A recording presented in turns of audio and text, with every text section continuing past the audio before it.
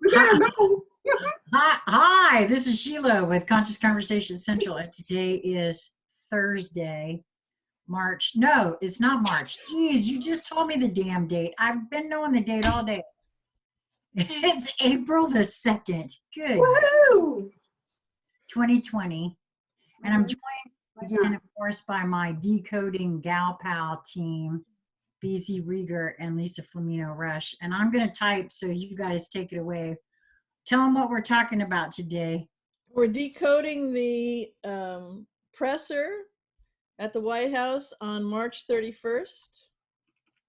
And we're not decoding, at least I'm not, we're not decoding the whole thing.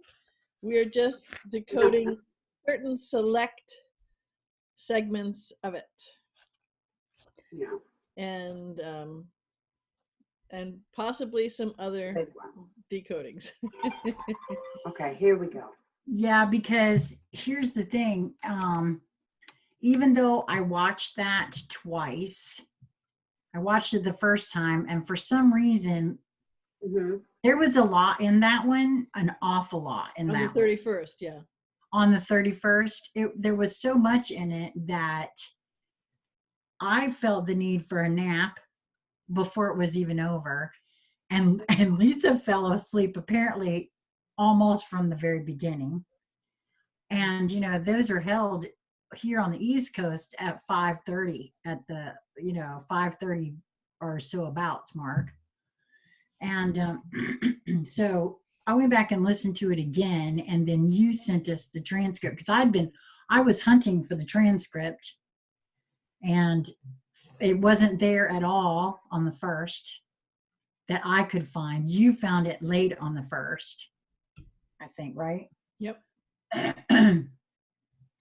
So and because of my ink situation, I didn't get to print it out. So I'm going to be flipping back and forth. Oh, and just to say on the transcript part, they're not up on the IEV yet, but when I put this video up, the transcripts will be there, so you can look at them. Right, and so I know this was a last minute live, so hopefully you guys have hit the subscribe button and been notified. And I see we've got 3 folks in there watching. At least that's what I can see. Please feel free to let us know who you are and where you're watching from if you wish. And if you have any questions or anything you want to add, please do, because I'll be keeping an eye on the comments over there. Okay. So, BZ, I know you were, I was making notes from today's presser. Boy, I'm telling you, I want to open this by saying this, BZ. If anybody wants to know, is interested in any way, shape, or form of wanting to know what's going on right now in the world, watch him live. Watch these briefings live. There is so much in those. And come from a multidimensional true north. Absolutely. Because there's information there anyways if you don't. But if you do, you're like, wow, where have I been? Holy smokes, listen to what, I mean, the amount of data and telegraphing and all the telemetry that's going on is enormous. We've known for a great deal of time. We collectively have been preparing for this exact moment. Yes. Yeah. This is it.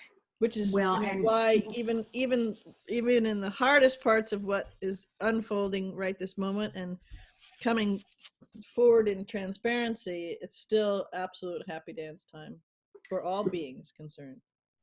Well, and for some reason, because I just now heard, and I don't know if it's, someone watching us now or will be joining this energetic envelope later, but I just heard, because I am aware, I've seen these comments.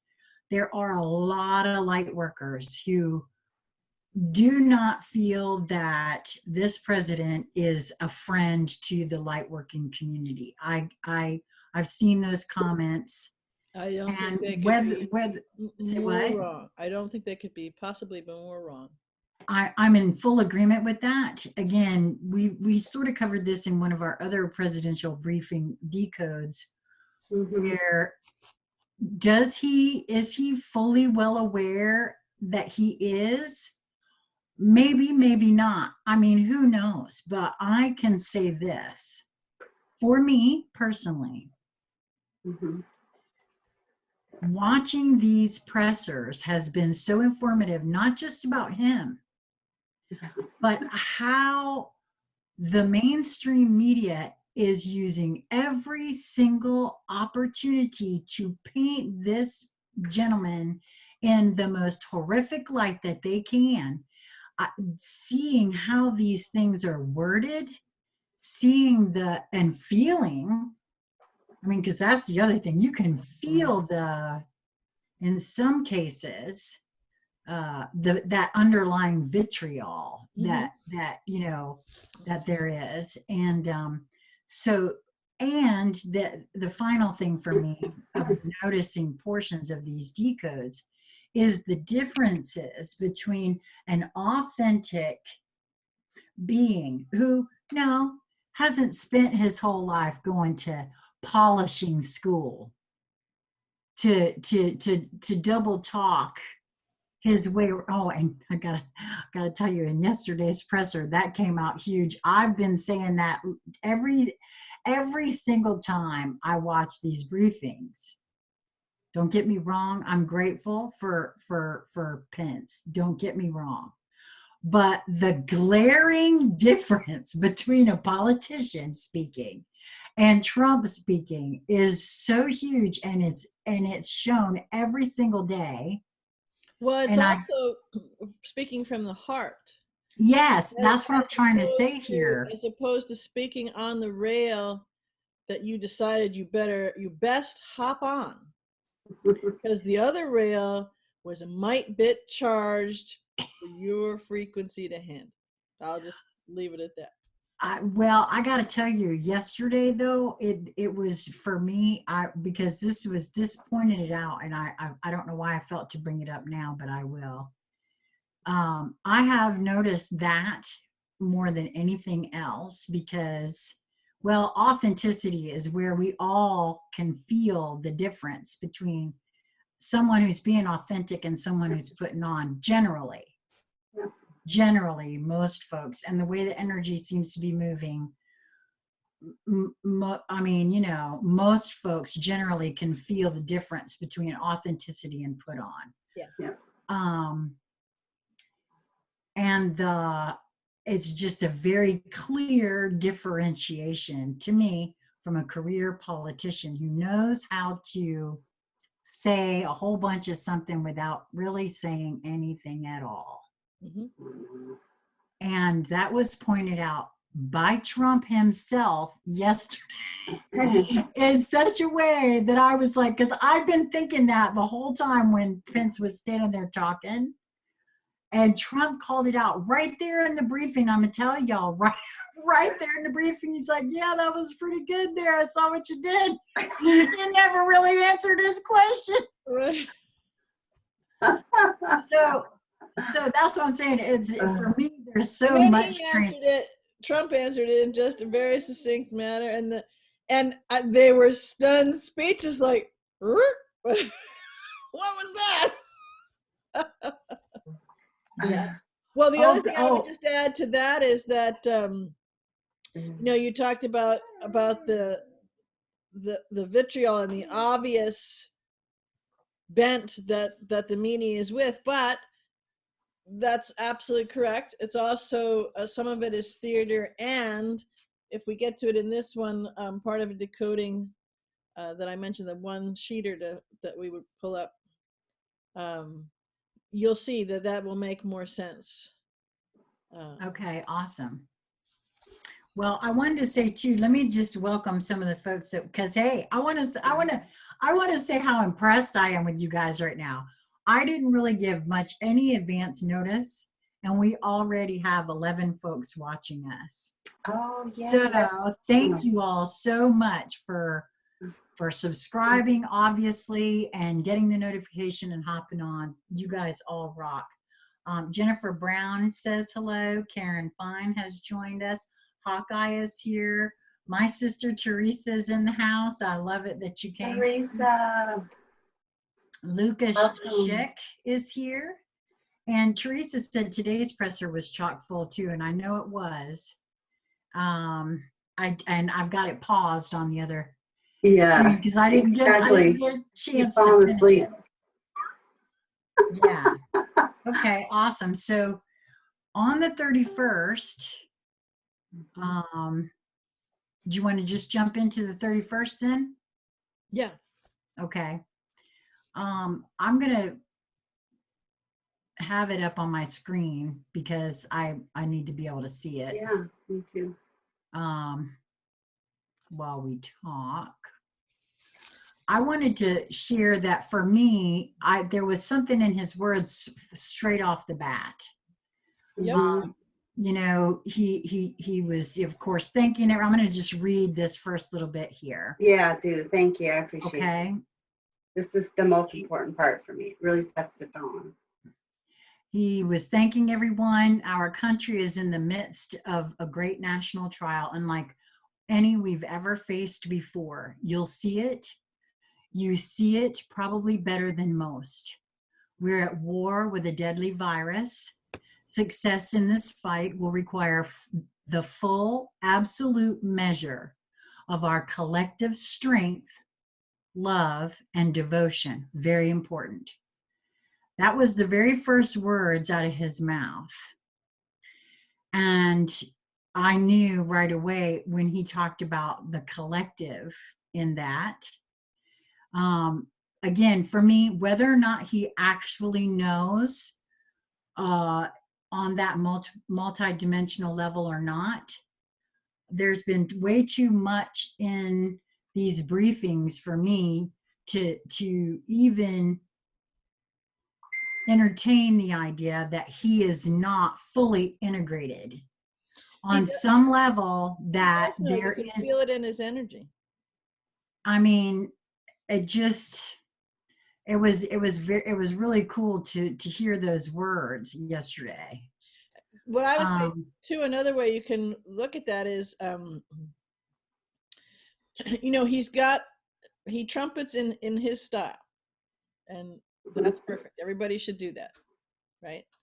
Because then you have authenticity. Right. And as you integrate, as you have expanded consciousness, it may shift, but it's still your style.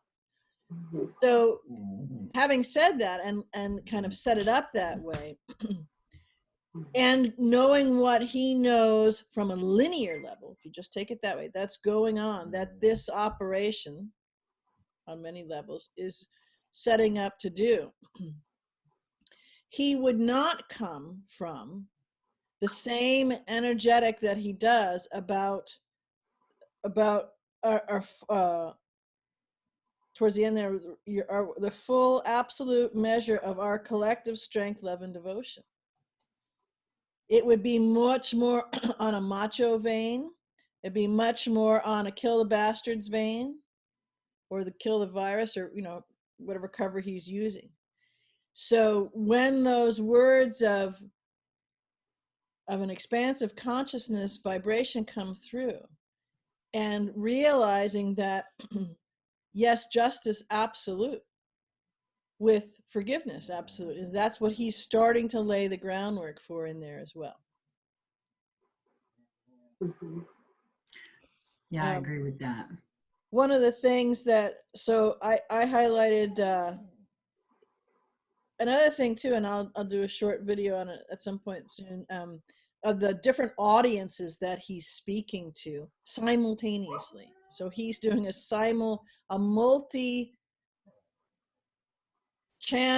simulcast every time he's, particularly at the pressers, but every time he's doing a tweet, they're simultaneously, he's giving, a telecast, either a tweetacast or a tonacast, I like the tweety cat. to many, because he's either toning it or he's tweeting it to many different audiences at the same time. Yeah. And so one of the ways, where he's highlighted that, and our country is in the midst of a great national trial unlike we have ever faced before. Okay, that's pretty obvious on the linear level and on all of the underlying contextual conversation that's going on. Because once you start to know the context of what's really going on, then it makes it a whole lot easier if you're paying attention. He then goes on to say, you all see it. You see it probably better than most.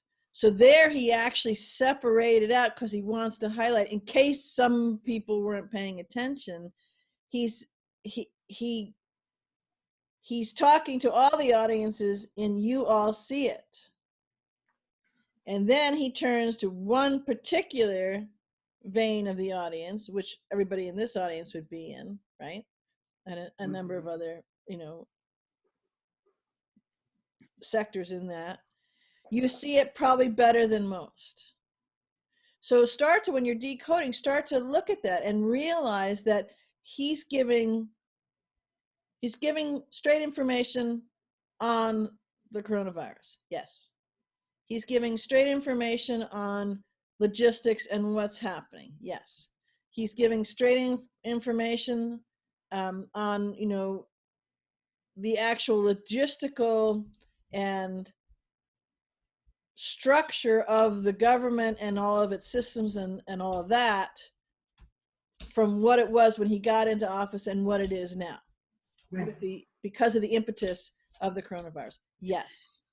But he's also giving you multiple other layers. He's issuing direct orders while he's giving this conversation. He's giving you direct intel. He's giving you progress sit reps and progress reports. Right? He's giving warnings. He's giving heads up. So all of this is contained in here. And there are certain phrases, certain words, certain ways that he talks, that he uses words to highlight what in essence is the same thing, the coronavirus. He's actually not. He's moving to another target of what's going on. And that's really important for decoding. That's really important for you, because you started this whole kind of part of it about a lot. You said that your sense was a lot of light workers don't see that, he's good. Well, they're not following their inner guidance when they're looking at that, because it's unmistakable. Well, I guess I'm in total agreement with you about that. But what I'm saying here is, for me anyway, what I've seemed to notice is that there are those, and who use that moniker. I've never used really that moniker for myself. I've considered myself more of a dark worker than a light worker, to be quite honest. I mean, if I had to give myself a label. But I have seen comments and, things in the different groups in regards to them. But see, for me, that's more of that. And I can say this because I know I used to do it all the time, and I still catch myself doing it from time to time. And that is meeting something with a presupposed idea, or, a judgment on whether or not that's, this, that, or the other thing, rather than being open to allowing it to reveal itself to me in all of its splendor or horrificness, either way. But if I go into something with this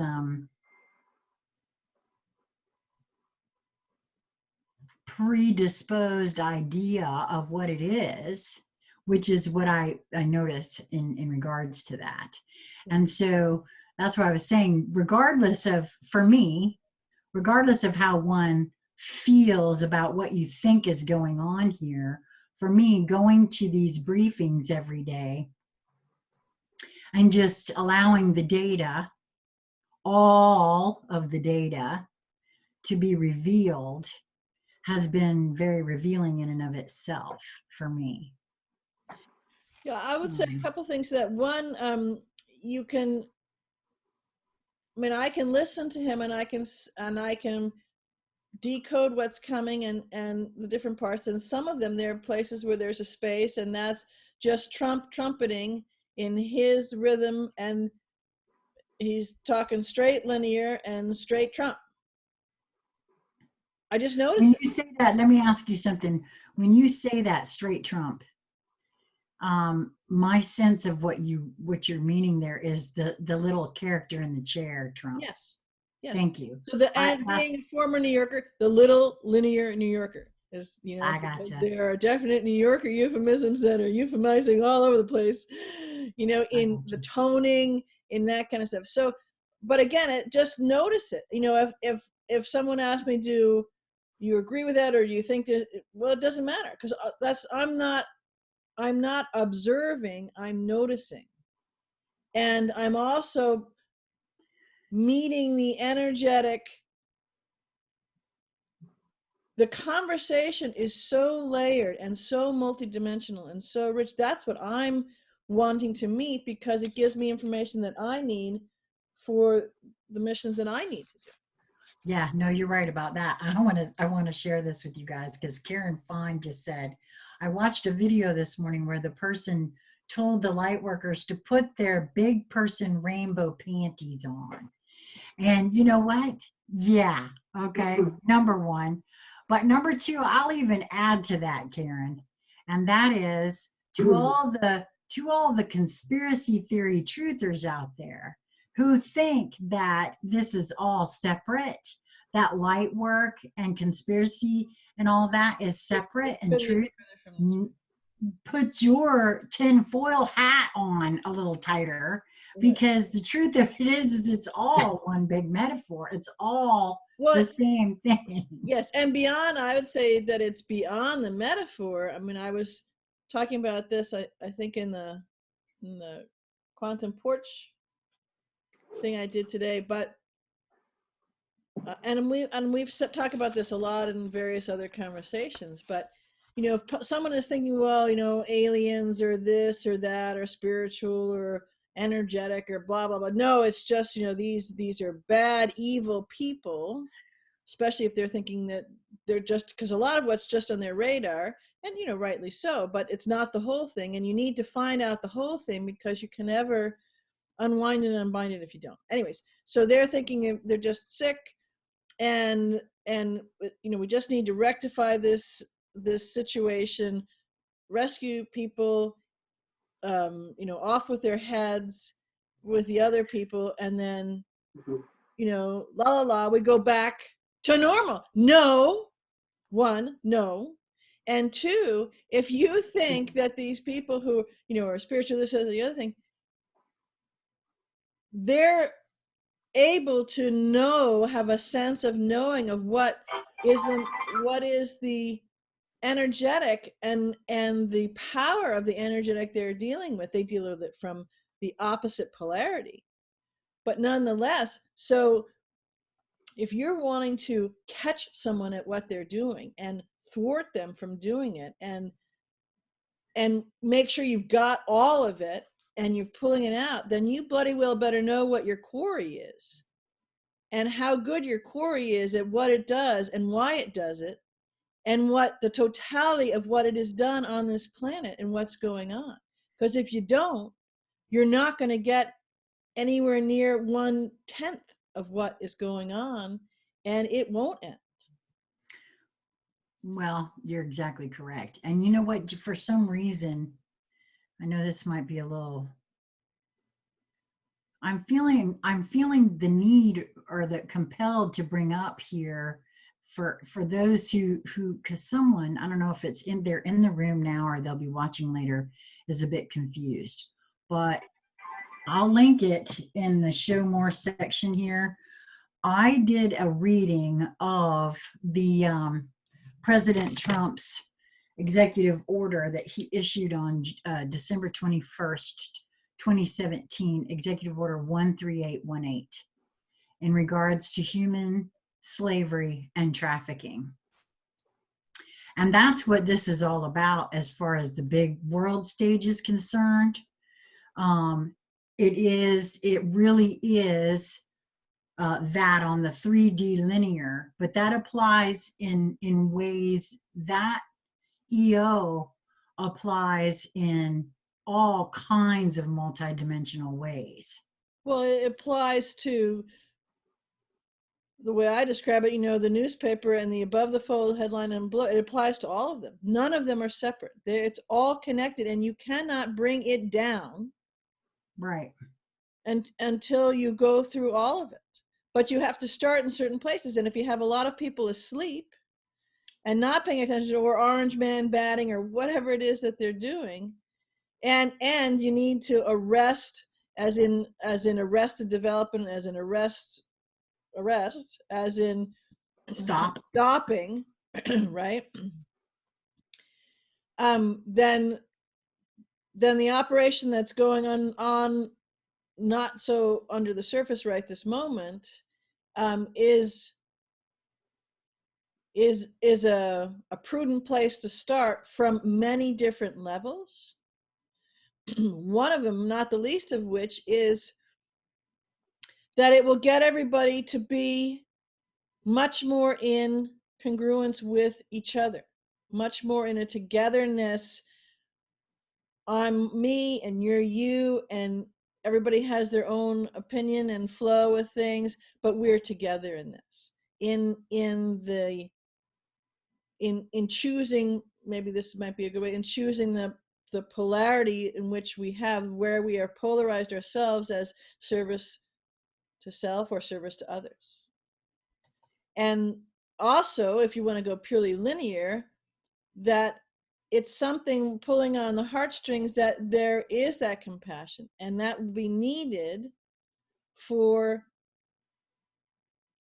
all the other components of it, of going down. So it's, you know, all of those headlines are what this operation, what taking down the virus, you know, the unseen enemy, all of those, whatever moniker you're following, that's an unwinding and unbinding the whole false construct. It's all of those things, because they're all connected and they're inseparable from each other, starting with the very first one, which is the truth of who you are. So for a lot of people who don't, and some in the patriot community, whatever, have gotten, you can watch how they've changed their whole come around to it, and some have not. And so that will be as much of a surprise to them as some people who don't know anything about it, and what's going to be disclosed in 11 days now. So that's part of it. And those things are the way that I hold them, just for overall bridge thoughts of them, are the truth of who you are. That's above the fold. The top headline below the fold is a financial slavery system. Because make no mistake about it, what's going on in the big worldwide operation, and it's worldwide operation right now, is directly related to the financial slavery system. And I wanted to say too that for me, the financial slavery system is specifically tied to the truth of who you are, because by not knowing who you are, we've allowed our power to be harvested. Right. So yeah, it is. Oh, I'm sorry. I know it's, I don't think it was Thursday, or I mean the 31st briefing. Now I'm lost. It might've been the first. It was the one in the Rose Garden just recently. And it was with that was the 30th. His friend, the My Pillow guy. That was the 30th. Was that the 30th?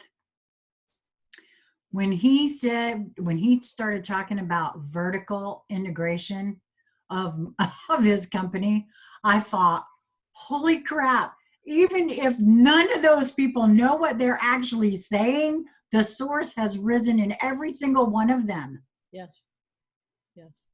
Look for it in Yeah. everything. Yeah. Look for it Just in notice everything it. at this point. Yeah, because And in even if order it, to notice, you have to let go of attachment. You Mhm. have to let go of your preconceived side. You know, and in this vein where we're talking about at the beginning, they're like, he did this or he talked, you got to let go of that. Because if you're here to serve the light doesn't resonate in that frequency neighborhood. It just doesn't happen. So, you Yeah. know, the financial slavery, yes, all of these things. The next one is the trafficking systems, because there are many trafficking systems, not just the human trafficking, not just the child sex slave trafficking, not just, you know, there. So the financial slavery system, the trafficking systems, and then the thought control systems. And all of those are inexorably linked to the very top above the fold. Yep. And all of those are inexorably linked to energy. And all of those are inexorably linked to eternity and to all sorts of abilities without limit. Yep. I really want to get some ink because I hate flipping back and forth I doing this, know. you know. Yeah. Was there any other parts before we go any further deeper into this one, or because Yeah, I I've got, just wanted to so aside from just the tone of it and talking to the overall message,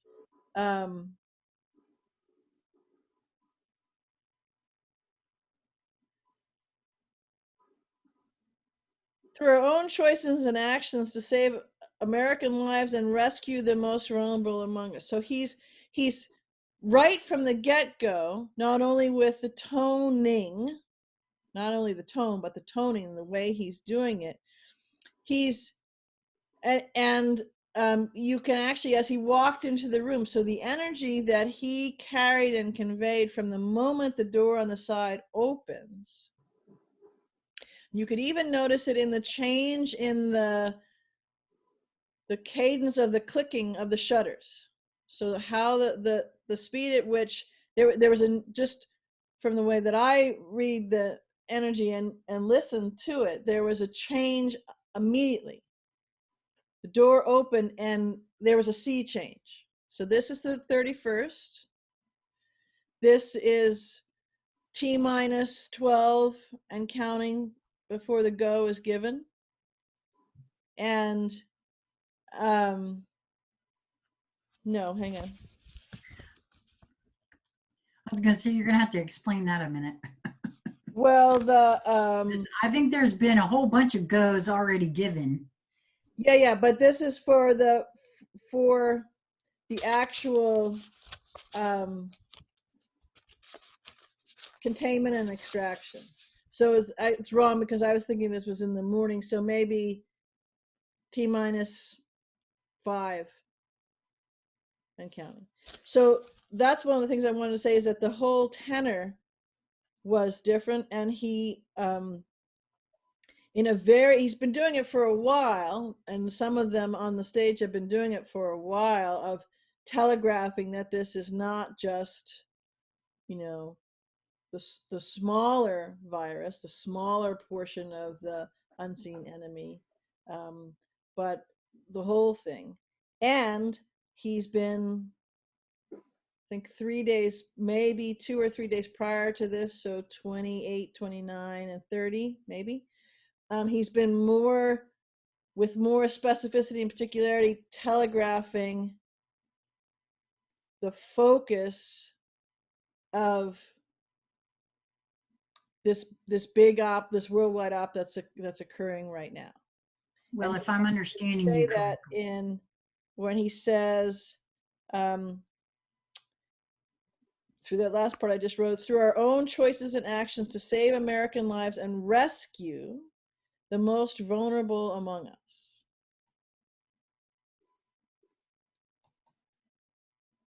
yeah. So that's pointing That's why I right said I feel like there's been None of this wants to work for me for some reason. And then he goes on to say, that's why we really have to do what we all know is right. So there is he's bringing the multidimensionality down into a linear phrase, because he's calling on you. No one is disconnected, and you're not small. So he's calling on you know that there's something a little cockamamie about this whole coronavirus thing. You know it, right? You know that there's been something odd about this whole normal life thing. You know it. He's also touching into that, because you're connected to source, and you know that we're in this whole vibration of things expanding and consciousness expanding. And in order to come to the full fruition point of that, we need to unwind and unbind everything so that we all know what's right. And again, the word is in that the word may be, may not be the most balanced of words but he has to talk in marketing language too, that gets his point across for who he is and the role that he's playing.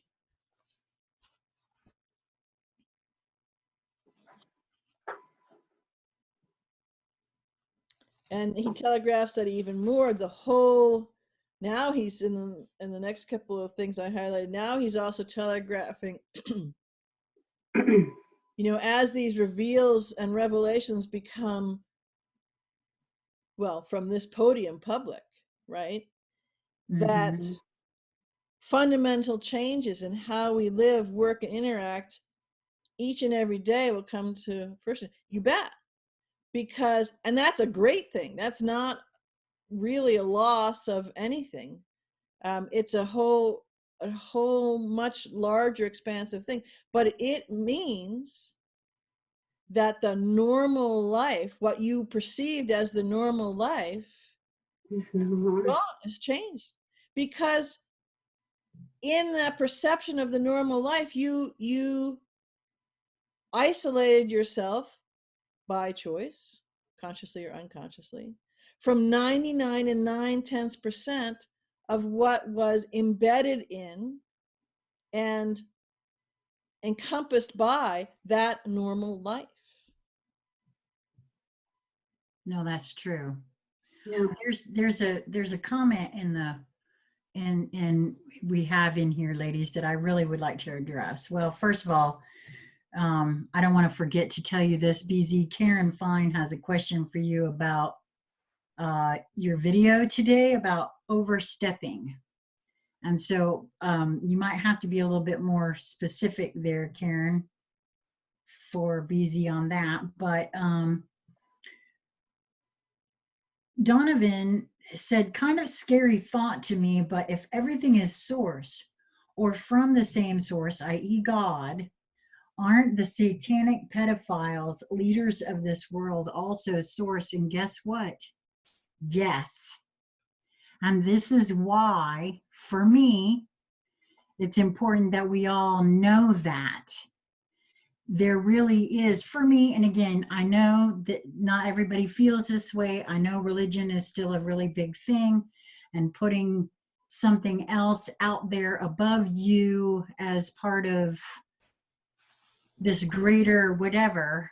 I get all that, and I'm not trying to make light of it or little of it. If that's the way you choose to believe, that is your choice. For me personally, God, source, everything is energy, and that's what we all are at our core. And I've said many times that for me, what I see us here as lensing mechanisms for source, each unique and specific unto itself. And BZ has spoken to this many times in regards to, we cannot be in this, I'm going to love everybody on the planet. Unconditional love does not mean except for this guy and the other guy over here because they didn't play well with others. And I know that's making light of it, and it's much, much more than not playing well with others. But that's the other reason why for me, getting to a place of being able to integrate the truth of who we are is so important too. That's why waking up to just the corruption, that was a start for me, and put me in a lot of fear, no shit, at first. And then mad, you go through all those stages. But that's so thank you for that question, Donovan, or that statement, I guess I should say. But yes, that's absolutely so. Well, source went out to no source. Yeah. In the perpetual expansion, because source is unlimited and eternal and creating things. So source went out to no source. And source sent all different, you could say pieces, fractals, however you want to do it, but source went out in all myriad forms, embody, not embodiment, individual species from on this planet, a flea, all the way up to celestial bodies, to stars, to stardust, to everything. There is nothing that isn't source. And went out and to go forth to know source. So everything, every being, every entity, however you want to, whatever is a placeholder to include everything, went out to know source and is gone. And this is a continual thing because we're infinite. Has gone forth to know source, and now comes, and this particular instance right here of the false contract has gone forth and now is coming back because we've dived deep and we've been sending telemetry back the whole time. This is the role that I'm playing. This is the path that I've chosen because it's free will. And we've gone and done different things, tried different things, experienced different things, interacted in different things.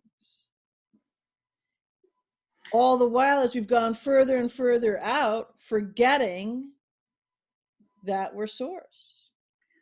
I want to say too, BZ, for Donovan, in regards to the satanic pedophiles and all of that. I and everybody has to come to their own conclusions about this, and maybe this is part of the reason why I label myself as a dark worker, because I have an innate knowing with all of my being that what has transpired here with those that are still hanging on to this deep state and all the satanic stuff that goes along with most of that, I see that as pretty much the same thing as what I had going on. And that is each one of us that came into this existence came in as clean slates. And there was a lot of programming and conditioning done. No matter who you were born to, no matter whatever it was that you were doing, there was a whole lot of programming and conditioning. And I look at it as those folks got a different kind of programming and conditioning when they were born. Some of them right from the very moment they were born. And that is all they have ever known. And so for me, that's where compassion is the ultimate thing here. And none of it can be left out. We talk about dark magicians and these people, and they were sold this bill of goods that the truth of who they are, they're using their natural abilities and talents generally, I think. This is my feeling on it. But they were trained that they had to do it this way. And you have to have this ritual to have this. And of course, if belief is a very strong thing. A very strong thing. Well, look at all the things done in the name of God that source wouldn't touch with a, Well, and we are creator beings. That's just it. We're a whole shit ton of it, almost all of us walking around creating crap all the time in an unconscious fashion. I know I did. I still do. I'm not, I'm not perfect. We all still, create in a very unconscious fashion. I just happen to think that their programming and conditioning was entirely different. They were sold a different bill of goods than we were. Yeah. But make no mistake, they are still that core energy source. And I think things got way out of balance. Well, one of the things I would say to that, just from a linear thing, is that we're in this moment where we are right now, with the operation that's going on slightly behind the scenes right now. Yeah. Because an awful lot of them turn to the light. They made that choice, even given all those things, even given the fear and the of retribution and all that kind of stuff. They for whatever their reasons, whatever the that moment was, where they made that choice. It's all choosing. They made that choice, right? And they have been instrumental in where we are right this moment. So that's why the noticing and feeling into all of this, rather than going, because if you aren't stepping into the core of who you are, the truth of who you are, that's why it's the head lead story above the fold. It's right at the top. In fact, it's the only thing on the page. If you're not in that alignment, then you wouldn't be able to spot and reach out to those people who were ready or almost ready to do those kinds of things that could turn into the best asset, that could turn into the biggest, fiercest champion for those who are needing to be gotten out in this op right now. And that goes for every system, every structure, every sector. In the mainstream media, it's everywhere. It's all one and singularity. Yeah. Boy, and the signal is just getting stronger and stronger. Yes. When I think about the dreams that I've had, like, I've known what's been coming for a super long time.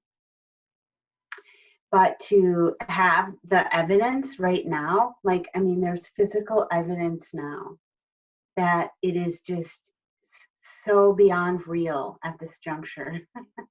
But if you feel into it, it is such a welcome relief for me, because the only reason why we know all of these things is because it's over now, because it has no power, because that was the power of none of us knowing out into the open consciously. So, wow, it shocked me at first, and now I'm excited about it. Woohoo! Now we can see it's not that any of these things have just now begun. They've been going on for as long as you've been alive on this planet. That's the way things are, whether you were consciously aware of it or not. It just is. So to be consciously aware of it means it's ending. We know about it because it is no more, which is such an exciting place to be. That's where we are right now. Absolutely. And two things that I would add to that is that, I had a conversation with Jeannie about a week ago or so, and she was finally ready in her way to share things that she did about her own personal experience with exactly this kind of help. Yeah. And so I asked her, because I know that she didn't do it in a way that was graphic pictures, and that's her choice. part of that, the reason my sense of part of the reason she didn't do that, because she's not in that space and frequency that is important to her. And she knows that she can convey the depth of what it was if one wants to tune in and give that in the energy frequency that she's offering. Mm-hmm. But so in that conversation, I asked her, and I think the title is something like "Coming to Terms with Compassion," and going from victim to victor. So I asked her, is there retribution in how you hold for these people and knowing what's coming? And go listen to it. She tells you absolutely not. That there's nothing but love and forgiveness and compassion. Because that's how she has integrated it. That's how she comes around to it. But that's how she gets what she needs, which is to be open-hearted and expansion and in raising her consciousness. She does it because she completes the circle, and that is the same for all. But purely, that's the only way she, go listen to her own words, but that's the only way she could move from the victim, herself personally and her individual members of her family, from victim to victor. So if you're thinking that people who have had these things done to them on various different levels, from various different entities in various different degrees, from the most horrific, that as their heart, and they may need a chance to heal and to feel safe. Justice, absolutely, they want, but not the justice that's the pretend justice in a linear sense, but forgiveness. Because when you have the true forgiveness, it's the forgiveness within you, and you can only do for you. It's No, not your that's true. job to take care of anybody else. Yeah, It's just in you. no, that's true. Because love is a superpower. Yes. It transforms absolutely everything it touches. Mm-hmm. So be that love. Be that in this moment. Yeah. Well, we have a question that's not exactly on topic of what we're doing, but I'd like to take it and answer it if that's okay, because I love when this particular thing comes up. Alchemy has a question. She says, I have noticed the application for the money for businesses is extremely simple. Okay, to apply. I'm assuming this is part of Miss Sarah. I'm just going to give my own feel about this. I really didn't understand Sarah, G Sarah, and all of those things, and they felt like same girl, different party dress to me. And so I can't really answer that for you specifically, Alchemy.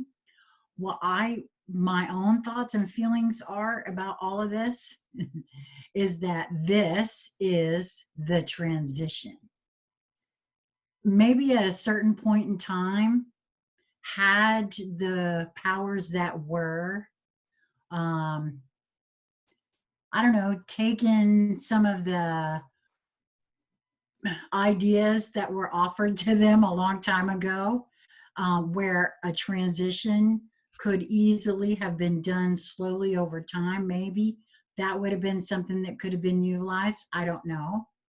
But you are the value. You are the value, not the gold, not the piece of paper, not the credit card, whatever. And so I don't know exactly how it's all going to go, but I've never thought that there was going to be any kind of revalue, reset, G Sarah, Ni Sarah, all of that. I don't know how it's going to go, but for me personally, yeah, I know that it seems very simple and it sounds very simple, and I'm sure that it is, because I got a feeling it's all not going to matter very, very soon as to how any of that actually goes. What you're being telegraphed is the end of the financial slavery system. Yes. And That's what I'm seeing. That's what I'm seeing so too. all the things that there's this, temporary extension or hold on is Yeah, is there's just temporary. just marketing language for we're not doing that anymore. But Well, yeah, I mean, to I'm get sorry, people but used to it, we're just moving it forward because that's what they can understand, and it also right. lets them get a taste of that and flow in that. And for people who have not been paying attention and have been fighting paying attention on all levels for a very, very, very, very, very, very, very long time, Yeah. their socks are going to be blown off and they're in a galaxy far, far away with all manner of revelations that are coming. So some of the things, and the financial slavery system will hit people very hard. Yes, other things that are coming to light in the various trafficking, and it's various. It's not just the linear aspect of the satanic trafficking, Right. because wait till you just it will blow your socks when you get past that and up to the energetic of. But Yeah. And so there can be compassion for that, there can be horror for that, there can be, I don't know, a whole host of words for that, unless they have a direct, it was a mother, daughter, father, son, any of those kinds of sister, brother, kind of thing, or that they knew some close. I mean, obviously there's a heart to heart goes out to that, right? And there's an awful lot of beings that have had that visited upon them. Mm-hmm. But the financial slavery system has touched every being in very deep and broad and horrific sadistic ways. And one of the things that as people start to, well, first of all, understand the scope of what has happened in the financial slavery system, everyone has been complicit in it. Every being, without exception, has been complicit in it.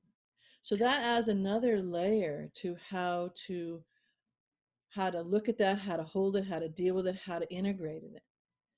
Because that will reveal, as a collective, individually, on each case by case, how that complicitness, how that played out by your own action and deed in your life.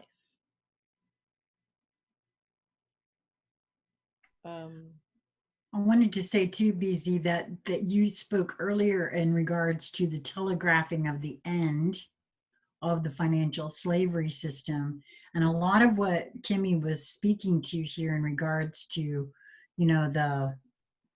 the application for businesses. There's a lot of telegraphing in that as well. If you listen, they're calling them loans, but they're also in the very next breath talking about loan forgiveness. Yeah, they don't even have a breath. There are loans with forgiveness. Total forgiveness. Somebody tell me what that is. I could swear that just sounded like free money to me. Well, yes, but if you listen even more, they're telling you that, and he's telling you right here in just the so far, I don't know how many paragraphs we've gotten, but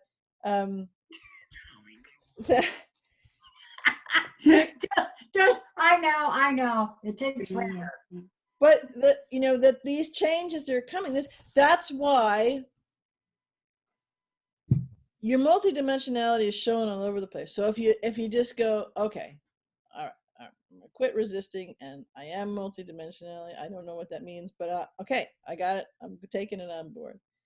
You will have clicked something within you by your choice. So you've actually said, raised your hand to you, and you'll turn it on, and you'll start to use it. And so all of these things, if you meet them with your multidimensionality, it changes the whole picture. Like, instead of before there was a little tiny toy house in front of you. I live in a tiny little blue house, but say there was a little tiny blue toy house, right? This big.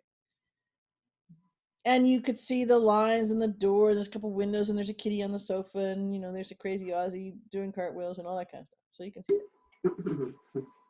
And then you turn in your multidimensionality and you realize that, yes, it is a toy house. Yes, it's a full linear house. Yes, it's a portal to all many houses in all many galaxies, and so on and so forth, right in the same thing.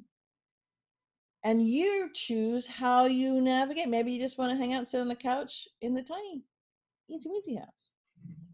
So that's a little bit of a funny metaphor on purpose, because that's exactly how this works. Yep. That's why it's so exciting too. That's what. Here's the sentence right here. These loans will be forgiven.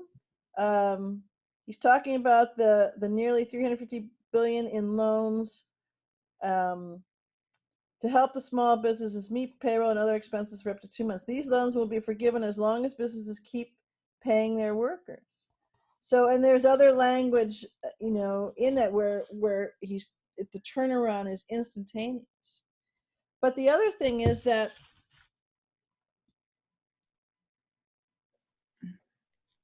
so actually this was in today's presser, but there's some, they're alluding to it some in here, but about and again, there's this give and play of, the bankers and the bankers are thinking that maybe they're getting a banker Nasara here, which Nasara doesn't exist. Hence, but they think they're, and so on play in the old system, there's no problem for Trump to do that because it's all fiat money anyways. And they can't access it out in real tangible things because you're the currency. And it's all been foreclosed on anyways.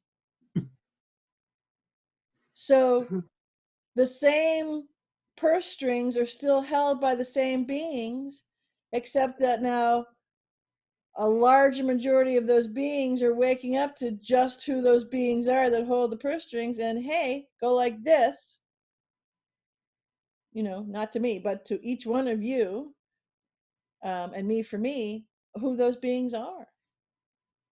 So all of this is coming out.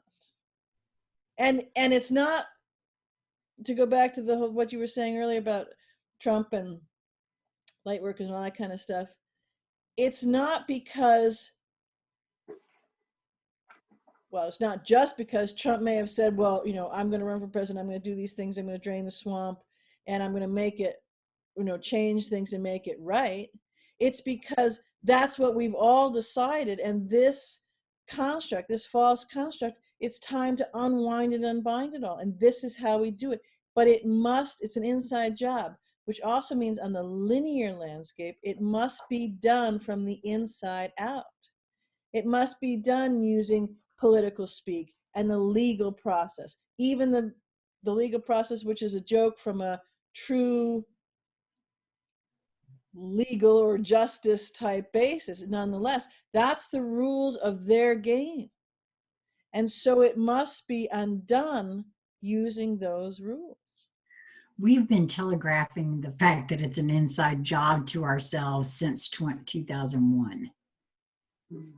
In my view, looking back now, I mean, we really have, and on so many different levels.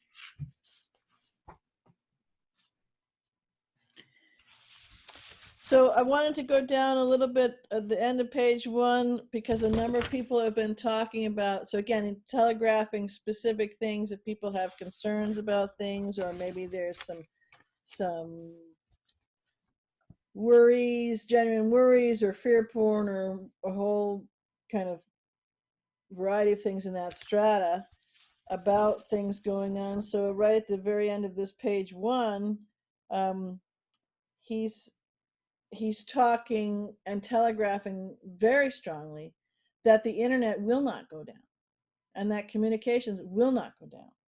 I spoke with leading internet and phone providers who are doing a tremendous job of keeping our internet and lines of communication flowing under very strongly increased strain.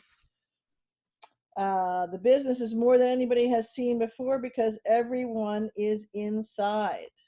So he's talking about, okay, so I'm going to stop there for a minute. I don't know, some people caught that. I know Lisa's nodding her head. So that, we just jumped right mid-sentence into obvious multidimensionality.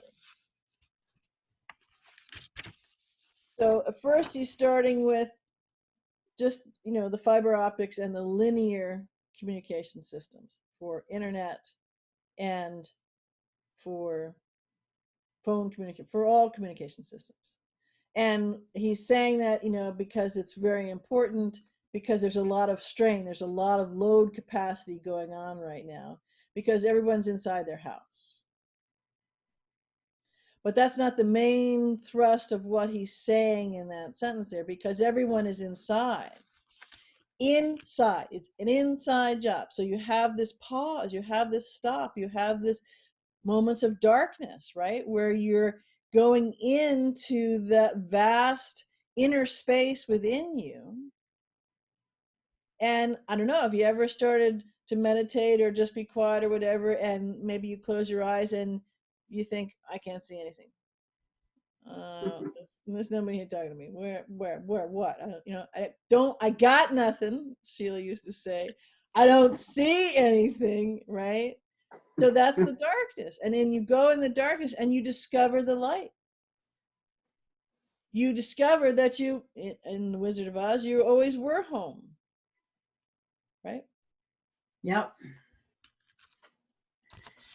And then on the next page, he goes on to say, and he's talking about the leaders. So a lot of times when he's talking about companies that are coming forward, it's a newer thing that he's doing, and he's having a number of companies come up, and he's asking them, take a couple minutes to say what they're doing. So again, from the linear level, it's good to illustrate, telegraph, demonstrate the whole of government, the whole of the nation, right? Yep. He's also telegraphing which companies are clean and which companies have flipped from dark to light. Okay. That's another thing that you can decode things. So that kind of speaks back to the point, Sheila, that you brought up at the very beginning about light workers and Trump and, all that kind of stuff. So because he understands that there's a propensity for that and, the attachment or the judgment, those kinds of things. And well, oh my God, he's talking to those people from that company. Well, then see, that proves he's evil. And no, what he's telegraphing to you is that they're clean and always have been. Or the CEO now, and how it's being laid out now. Or that they flipped. And Raytheon on, I think it was this one. No, maybe I guess that was the one with my pillow. That was on the 30th. Yeah, that was the other one. So that's a huge dark light flip. Well, I didn't see it like that. It wasn't that I didn't, it just didn't come for me like that, but I see your point and I feel that you're correct in that. Raytheon was a big one, but I also know too, and most of us that have been following all the, world stage stuff have seen all the CEOs that have stepped down and all of that sort of thing. So I honestly wasn't surprised when he started bringing these folks up and in and out to speak and that sort of thing. Right. It's also a good example of source rising because a lot of either how the beings got to be in the position they are right now and through their own my pillow was a good example of that. Because as we talked about the other night, it's this story of redemption and he got the idea through a dream and all these kinds of things, so it's connected to that. But in the in the leaps and strides, so in the red tape cutting, in the moving faster than ever, and yes, the languaging is, an emergency approval. Well, what they're really telling you is that all of these things, some of them have been on the shelf, and they just pulled them off the shelf, and now they're being used for the general public as opposed to just the elite. Or they're technologies that have been hidden technologies from non-local sources, and they're putting them into production. They're also showing you that all those red tapes and regulations, and that the FDA was not your friend and really didn't give a hang about you and your food or drug safety. In fact, it was entirely the opposite. That is now clean, and that without all of those things, you can have that. You don't have to rely on this drug. You don't have to have all sorts of debilitating and horrific things with side effects and so on of different medications. So again, there's I think that's why we all, at least the three of us here, think it's so fascinating to watch, because you're watching in monolithic strides, huge sections, boulders, Empire State Building's worth of the false construct, just, they just flick it off. It just comes tumbling down, one sentence after the other. And yes, some of it's directly related to the coronavirus, and no, most of it is not. Well, that's the other thing that I've noticed, that as a smart businessman, he has taken control of these briefings, and he is informing the public of everything. And all anyone really has to do is watch these briefings, because they're not carrying them on mainstream news anymore. It doesn't seem like. Well, and that's a point right there. So I was saying to someone who isn't getting there, but isn't that, noticing everything, but trust me. And I said, you might watch the briefings, because there's a lot of information given out, especially even if you just only think it's about the coronavirus and you're concerned about that. You'll get a lot of information and a lot of facts and a lot of data that's going on. But what is being telegraphed in full voice, full throttle about what's actually going on is important. And so I said in this conversation, I said, there's only certain places now that you can watch it. And you might think that's a little odd, given that we own the airwaves. I think most people either don't know that or forgotten that. They're ours. We own them. In more ways than one, but just on the linear level, we own them. Energetically, they're a piece of us. And so why is it that the airwaves that are owned by us are not covering the leader of the free world in this worldwide global pandemic that he's giving out valuable data is not being covered? I mean, that alone, I don't quite get from a linear level anyways, why nobody isn't going, yeah, what's up with that? Doesn't matter whether you like him or not. Just the office of the president and the pandemic in the globe.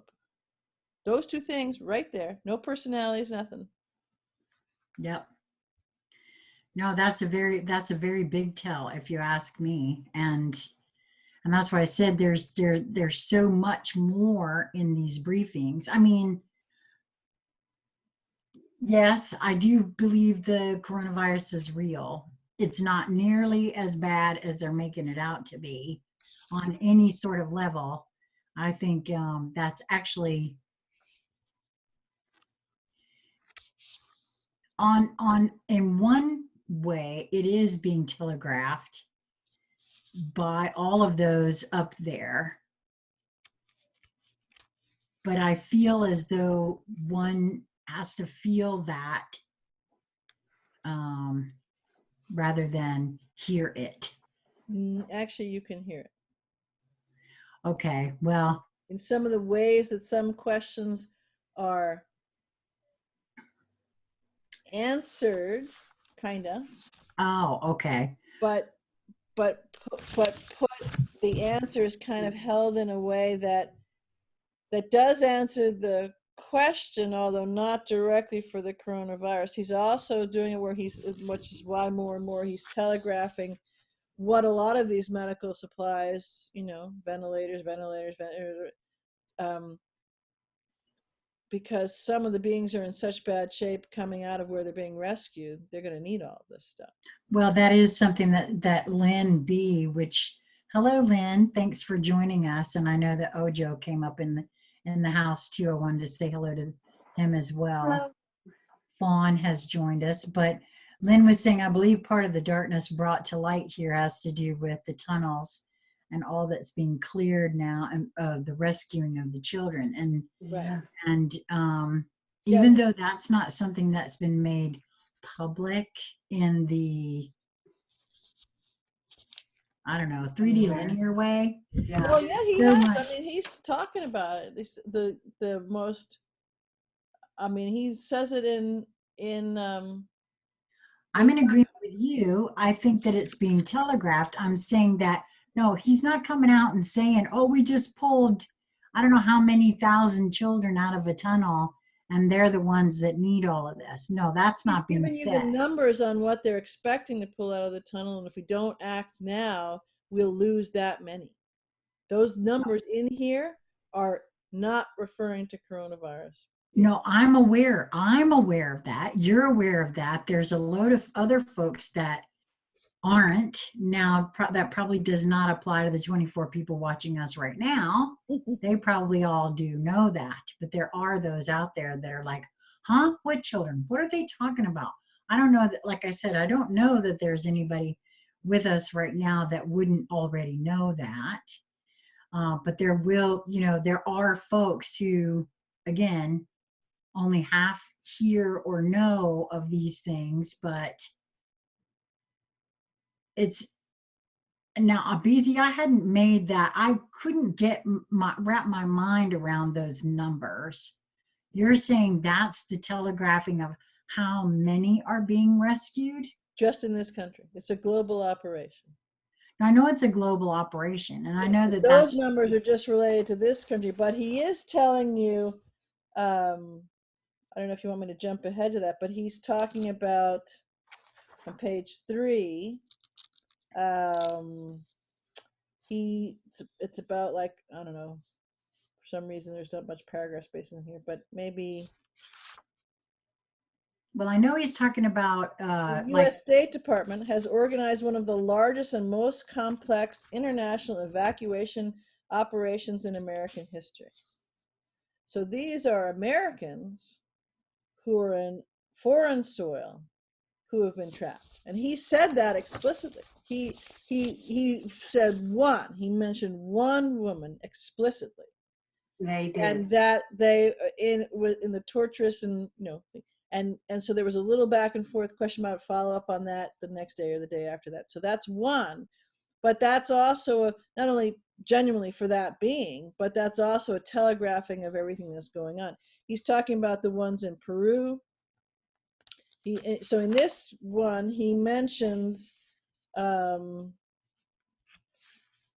so they've successfully repatriated over 25,000 Americans from more than 50 countries where they were literally stuck.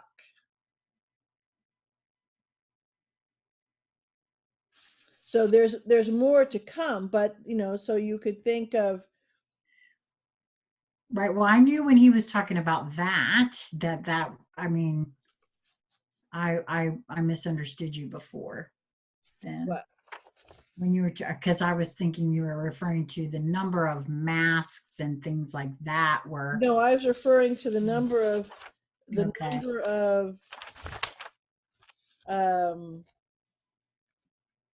when they were talking about the numbers, because this is the one where they had their all their charts and everything up there, and they were talking about mitigation strategies, and so the coronavirus is the looking at it thing, right?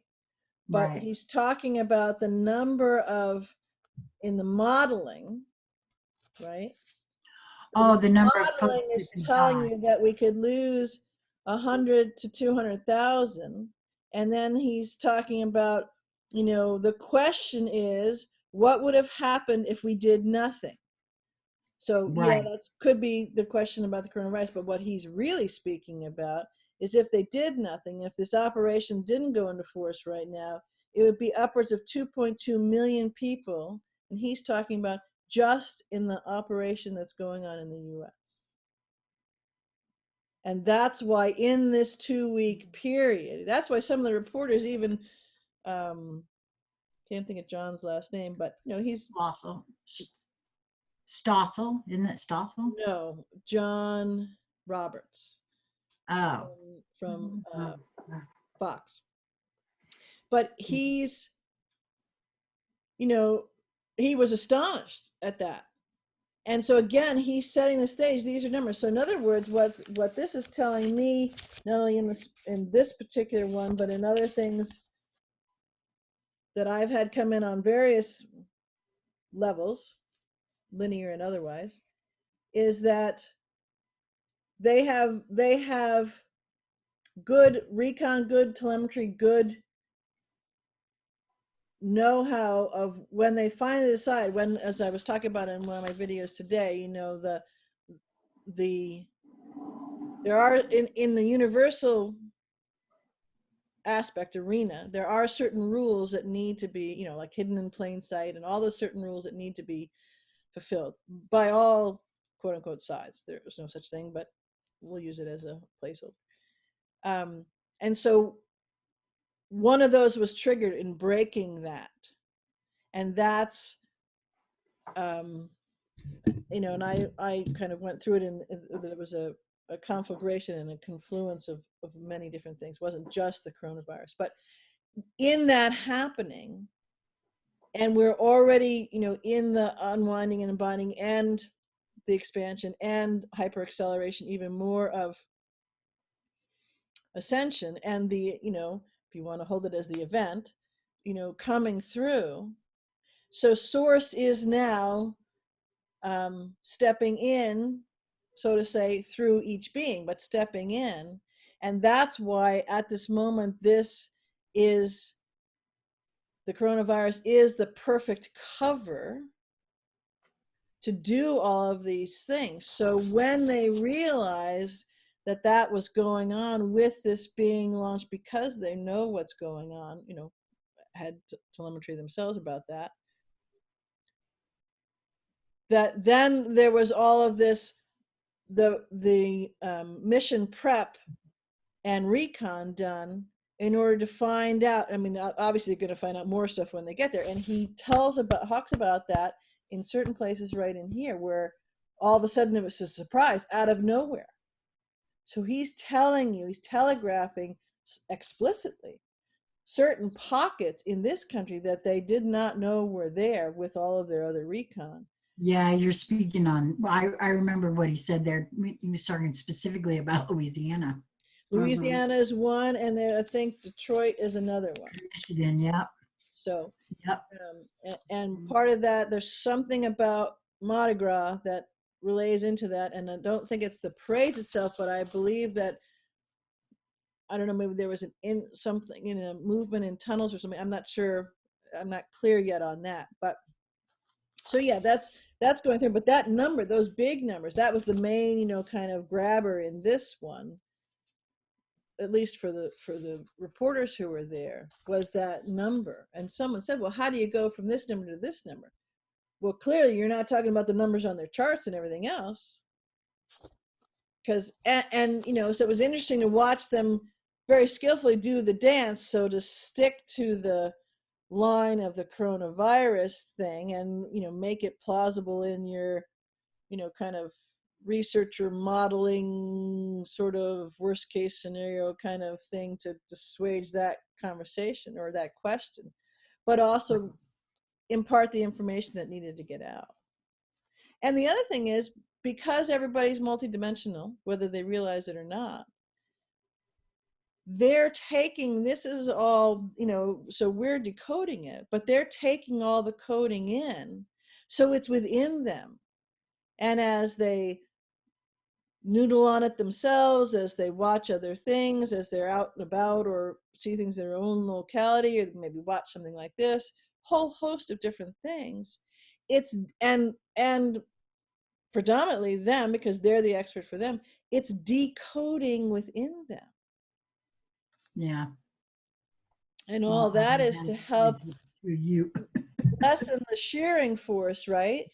Mm-hmm. Between the fully asleep and what you're going, and it's just going to be, you know, it'll be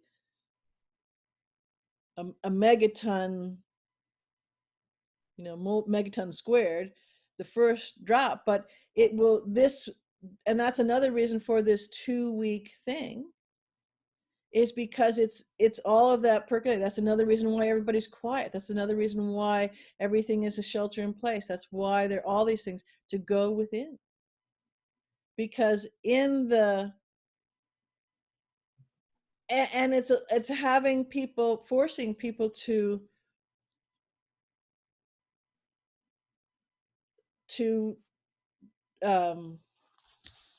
detach from their, how they, forgot I had the video I'm going to do, I have the title, but that describes this, but they're separating themselves from the moniker that they've given, so their job. So their job is how they define themselves. Their job is the, you know, the labeling, the construct in which they put themselves, whether that job is working outside of the home or working in the home or what, it doesn't matter. But because the routine is so altered, right? Yeah. And peaking out there is so altered that you can no longer, it's broken the habit of framing your existence by that construct, whatever that is for you. So, you know, it could be a school teacher, it could be a mom, it could be a stay-at-home dad, it could be whatever, it doesn't matter. Yeah. Well, it's funny because even for me, where I could make the argument that quarantining has done nothing to change my life whatsoever. Because I'm still doing the same things that I was doing before the quarantining. I'm still doing. So apparently I live in a self-quarantining fashion already. So there's that. But what's really strange about it is that I've been super tired. Like, I haven't even been able to do my normal routine. I'm not stumbling to the living room at the same time I used to, or just the things I feel driven to do have changed. And I know that just sounds hilarious, but it's true. No, It it is feels true. like It's very everything true. that was tethering me to the old way of Yes. being, habitual thought patterning, all of it, Yeah. is disappearing. And I feel very sleepy and very untethered. Like, I don't know what's going to happen next. Is it time to wake up, or is it time to go to sleep? Is it time to eat, or is it time to stop eating? Like, just all. Right. I want to say, VZ, I think, and this would probably be a good spot because of what the two of you were just speaking on there.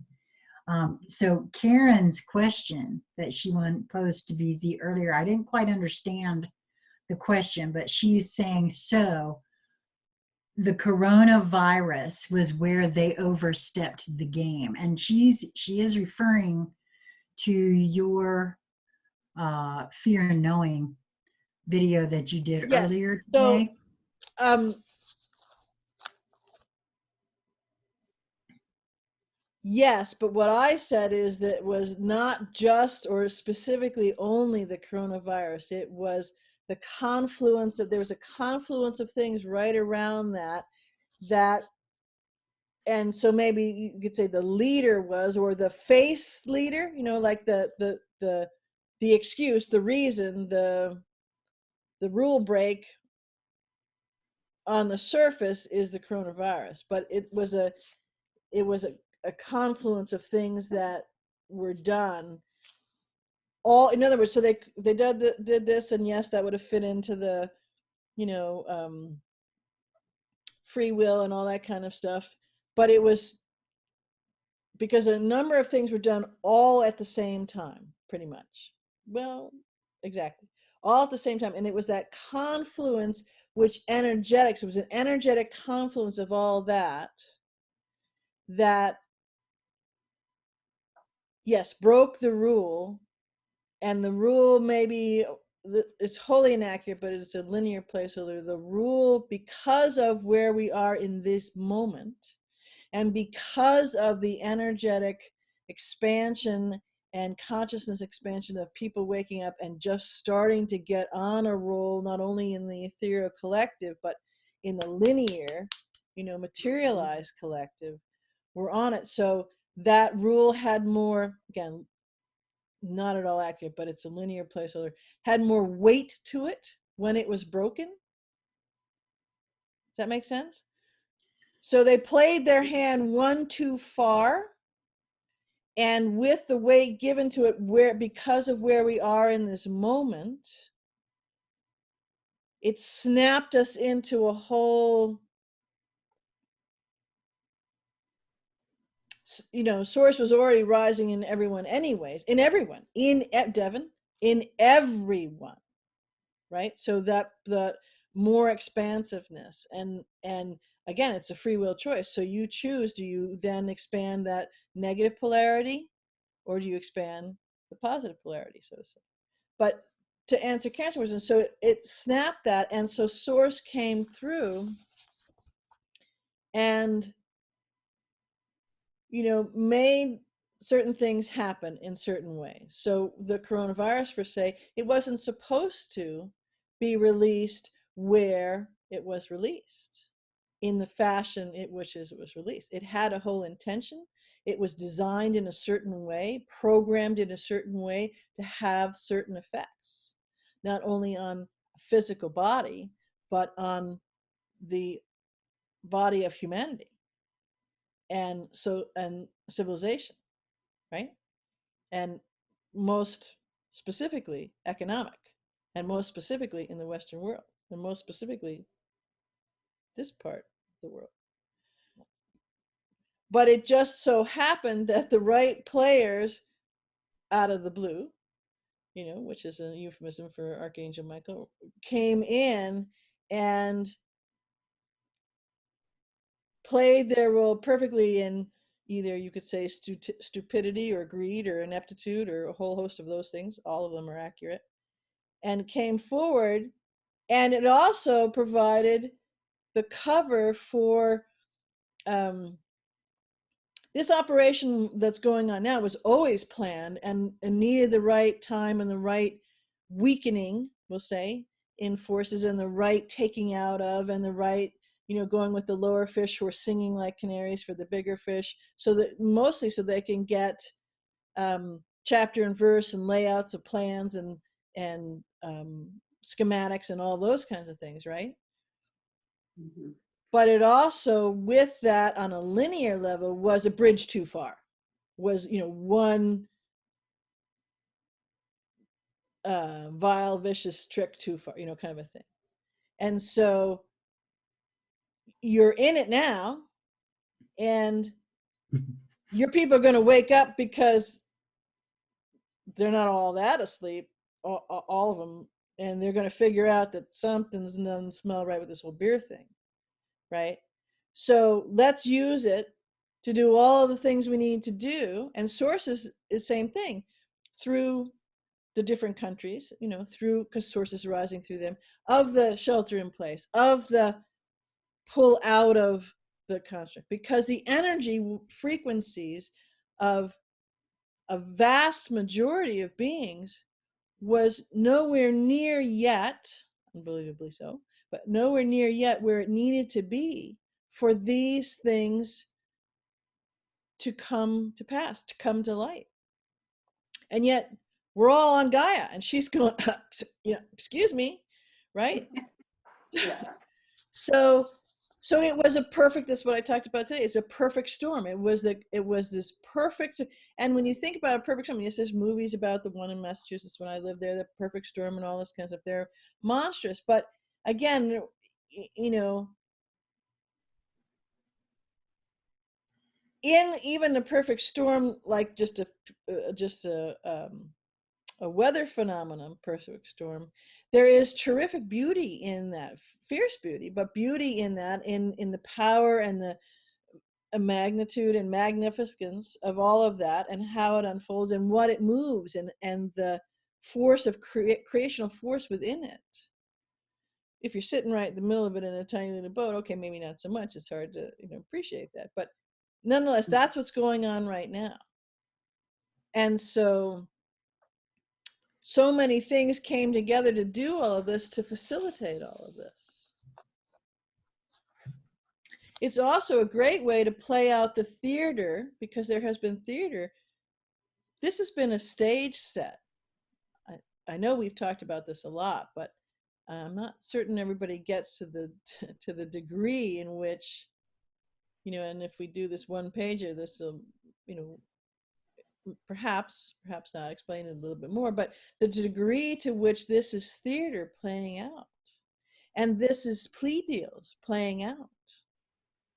And you're going to see a lot of, because it's a free will choice, and there is justice, and justice isn't some will be justice on the materialized level, yes, but not in the normal sense. You'll see, maybe it's I can't think of what it's called right now, but in the justice, but it's also in the forgiveness. But you're also going to see a lot of people take their choice by, again, part of the perfect storm. So now they have a perfect cover to die from something, and you're already seeing it. The number, if you look at statistically, the number of people who are wealthy, whether they're a celebrity or a high-powered name in politics or business or something, so they're wealthy and they have bodyguards, are 2,400, and this was numbers from a while ago, but 2,400 times more likely. So less than 0.001% of the population is 2,400 times more likely to get the coronavirus than anybody else. Wow, that's one smart bug, right? So this is, again, part of the perfect storm. It's a wonderful vehicle for them to die of something, and they will be dying. Okay, leaving the planet. And the cover is a coronavirus, and that's their choice, so it's, you choose, here are your choices. Look, hey, we got this new one, it's called the beer thing. Yep, okay, that's good. And they're already lining up for that one. Look at them all, right? For that one. So I wanted, there was one more thing in here that I wanted to address. I think it was, bear with me just a moment. I think it's Donovan. Yeah. Donovan said the dark energies are beings that are being worshipped as Satan by many of our world leaders. I wonder what will happen to them. I would love to point you towards Sophia Love's book that you can find on Amazon. I'll put a link in the show more section later, called The Imposter. Personally, and she's not the only one that has written information to say that the one that was playing the role of God and Satan and a whole bunch of other things has left, gone. That being is gone. There's others that have, say what? Recycled. Recycled. Mm-hmm. There are others that have channeled other beings from other places that have said pretty much the same sort of thing.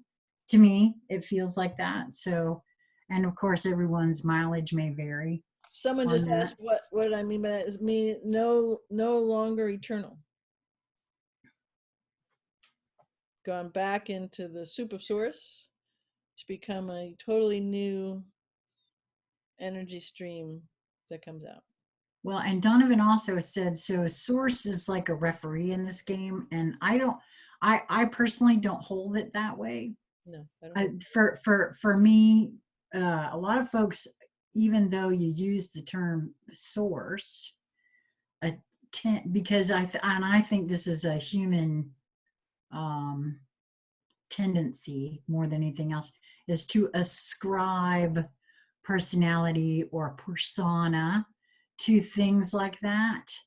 Well, I know not generally in this group, but I know that generally it's a tendency to, and because we gotta label everything, and then it gets labeled good or bad or whatever, right? But for me, I see source and energy are interchangeable in that way. Yes, absolute love and neutrality. It's 0 point. So there is no good or bad. There is no right or wrong. There is no refereeing because there's no sides. Right. Okay, and then there was one other final question, and I know this is again kind of got away from our decoding, but I really do want to, when these things come up, because this also was in the presidential briefing, and I don't know if it was in the one we were doing now, but I think it was. I'm going to find it exactly. He was referring to a burst of light. Yes, it's It is in this one, isn't it? yeah. Because that was a real big thing for me too. Yes, it's on page 3. It's about 3/4 of the way down. As a nation, we face a difficult few weeks as we approach that really important day. It's magical how this disease has a really important day, isn't it? That you can quantify and timeline with specificity. Right? When we're going to see things get better, all of a sudden, the beer virus will be gone, disappear. All of a sudden, all sorts of other things will get better. And it's going to be like a burst of light. So again, that's absolutely with linear, tangible, materialized language, talking on multidimensional levels. Not only just the completion of this op right this minute that's going globally, and the coronavirus, and people waking up, but actually the burst of light is the shift and reconfiguration of ascension. Well, I don't have an exact answer for that myself, but I know that the minute he said it, I felt like there was a lot of different puzzle pieces that came streaming in for me. Mm-hmm. That it could mean a lot of different things. There's been a lot of feeling in regards to a solar flash being the event, which I personally think this is the event where we've been eventing all over the place. Actually, I think for quite some time now, but and just let me interject here on, because this goes back to and he's very, when you listen to him, when you hear him tone it, he's unequivocal about that, and it's going to be like a burst of light. And then the little Trump comes in a little, and he's telling you what he feels and knows himself. So he's hedging a little bit, not quite as strong as the other.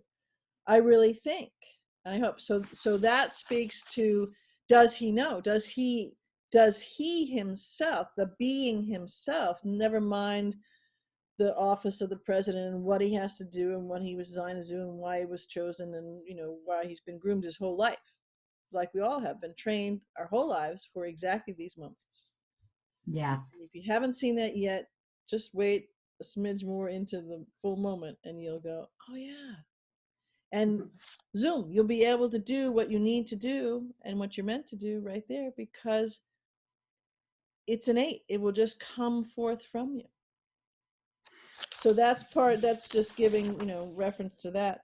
I just want to go back to a question you had, or kind of pull out a few more things. A question you had about, is there specificity in here about the children and about the app? And there's more. So he talks about repatriating people from different places.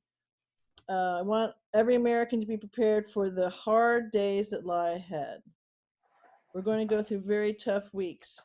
And then he says, and then hopefully, as the experts are predicting, as I think a lot of us are predicting after having studied it so hard, you're going to see this is no the reference to the light, you're going to see some real light at the end of the tunnel.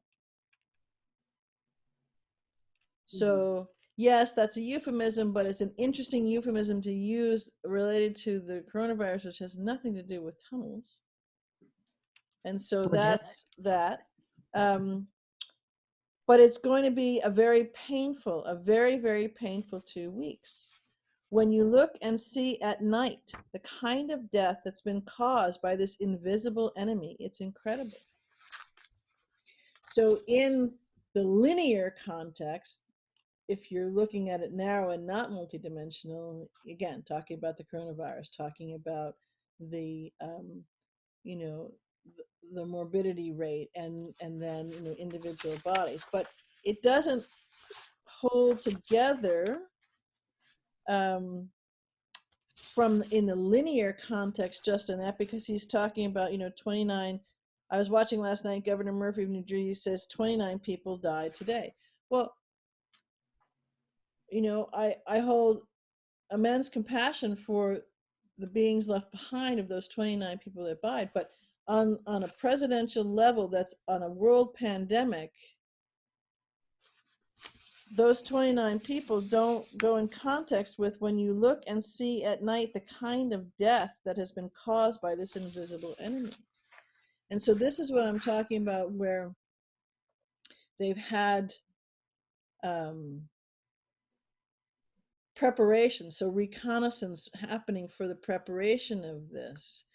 And in the slight little forays and infiltration in places that can be done where they won't be seen, they won't blow the cover or alert to their timeline, right? Because things have clamped down so much, because there's, okay, I don't know if you've ever been to New York, but New York is open 24 hours a day, and it's bustling, and there's so much going on. So you can have hidden in plain sight in New York in any one little place. You don't even have to be in a tunnel, right? Just like in the middle of Fifth Avenue, you could be hidden in plain sight, right? Well, that's not the case now. And that's why one of the reasons he's a New Yorker, so this is why he would telegraph. But it also, because it's pretty astonishing if you've ever been to New York, never mind lived and grew up in New York, like I have, like he has, it's astonishing. I mean, the only time that there's been anything close to what you see now is we're in the Great Blizzard in 78, I think. And the entire city shut down. It was 3 days, but the entire city, it stopped. And it was gorgeous. But anyways, so he's talking about that. And that means if you're these people used to coming and going and having all of these things, you've actually been shut down because there's no cover. There's nothing to hide in the plain sight because there's nothing but plain sight. So no cover really for that. So awfulness alert. So in the normal scheme of things, when things happen with all these beings that are going to be, in the process right now being rescued, when they expire in the course of what is going on, they usually are removed. But in these what had been the pre-op reconnaissance things, they just could remove them as far as they could inside what was the most hidden part. And that's what he's talking about. I see. And that's what the big root. Because that makes perfect sense, especially with the very next sentence talking about hundreds in other locations, hundreds in other states. This is going to be a rough, but further down on that page, he started talking about the freezers. Yes. And the scenes of trailers and what they're doing with those trailers, he says. They're freezers and nobody can even believe it. Yes. This is what I'm saying. Yeah. So he is very clearly, and he felt that my observation, my feeling on the entire thing on the 31st, was it 31st? No, it was the 1st actually. From the 31st over to the 1st, there seemed to be an additional heaviness. yes. And so. Yes, and the 31st is when he came out with, when that heaviness started, number one, and number two, where it was, he's been telegraphing for a bit, but this is very obvious. It's not even, I don't know that it can even be characterized as telegraphing, but he's in so much as telling you.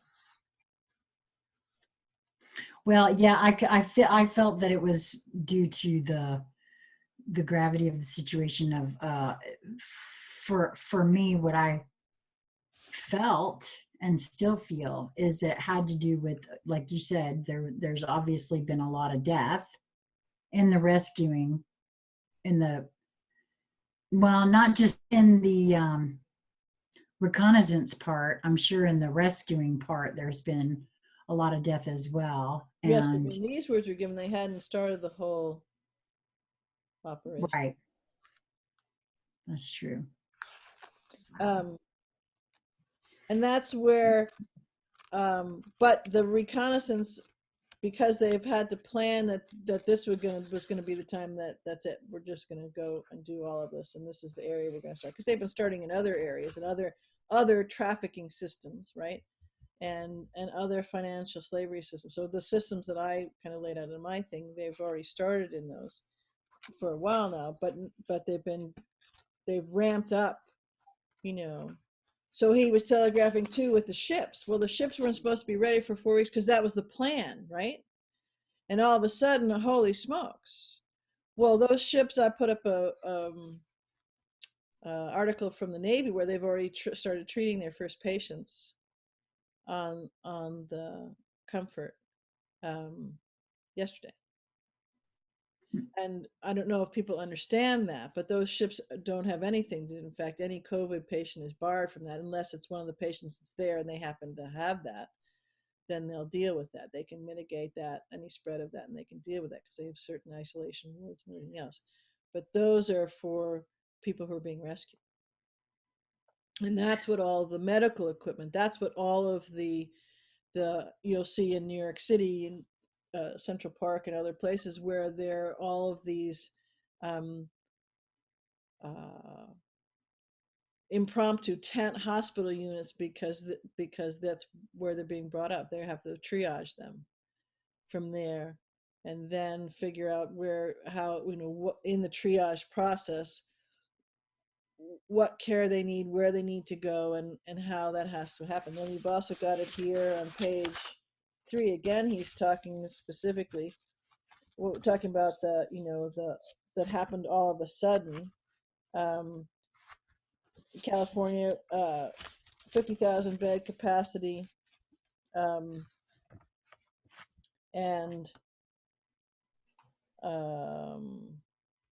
the 250 in Michigan. Well, right. 100 travel trailers. FEMA has already provided 100 travel trailers to assist with housing needs. Right. Well, that's kind of funny because coronavirus, you're either okay at home or you're in the hospital with one. The process. I have a good friend who has family members who are on their way out from the coronavirus. So sorry, I couldn't hear you at they're all. on their way out from the coronavirus. A friend, family members, and off the planet out. But the coronavirus is a thing that you either can be at home. In fact, a lot of the, they'll tell you how to take care of yourself at home. They don't want you in the hospital unless you're at a place where you need, a respirator or ventilator, different processes as they go through. So you don't need housing, a shelter. So again, these are all things that because all these other beings will need those kinds of things. Right. Well, it's not in the 31st briefing, but it was in today's briefing, that most of those MASH units now will be staffed by military personnel. Yes. And they will be, now they're going to classify them as COVID facilities, but what I heard was that I have a feeling it's going to be some sort of a switchover. Yes. It's not going to be COVID. No. And then the 3,000 bed alternative care site in New Orleans now being set up at the convention center. So a lot of these too are, but if you think those numbers aren't that large at all, if you're talking about 100 to 200,000 at the low end, and that isn't all on the coronavirus, but up to 2.2 million being saved, right? Lives saved. Right. So, and that's just in this country. That's not right. directly to our north, and that's not the country directly to our south, or many countries that are contiguous to our south. That's not, he talks about in here that towards the end with Putin and Russia's being hit very hard. Again, that's all of these things are talking about the real pandemic, the real hidden enemy, the real virus, the plague, which would be a good actually analogy or euphemism to use for what's going on. I'd like to get your feel on something, BZ. It's in this briefing, it's in a lot of the different briefings in regards to the ventilators. I think we might have alluded to it the other night. I have a friend who's in the healthcare industry, and she was having a discussion with another nurse. She's not a nurse, but she's a medical social worker, and she has a very close friend that is a nurse. Ventilators are sort of specific in that anyone that is placed on a ventilator, first of all, can't remain on the ventilator, but I think 5 or 6 days before they have to then be trached. Mm-hmm. And it takes, not every nurse can care for a patient on a ventilator. Right. I'm sure they could probably quickly be trained. I'm not saying they couldn't, but the sheer numbers Mm-hmm. that they're speaking on in regards to hurry up, get these ventilators, hurry up, get these ventilators. Yeah. The personnel to actually run them. They do have them. Something, and I've been saying for a while, there's something. They do have them. They've all been trained, more have been trained up, and that's why the military is mostly taking part in it. And there have been other civilian. So you feel these numbers that they keep throwing around about the ventilators are real for Yes. that purpose? Not for coronavirus, no. But you have to remember that the beings. So look at the names of the ship, right? Right. So there's comfort, but there's mercy.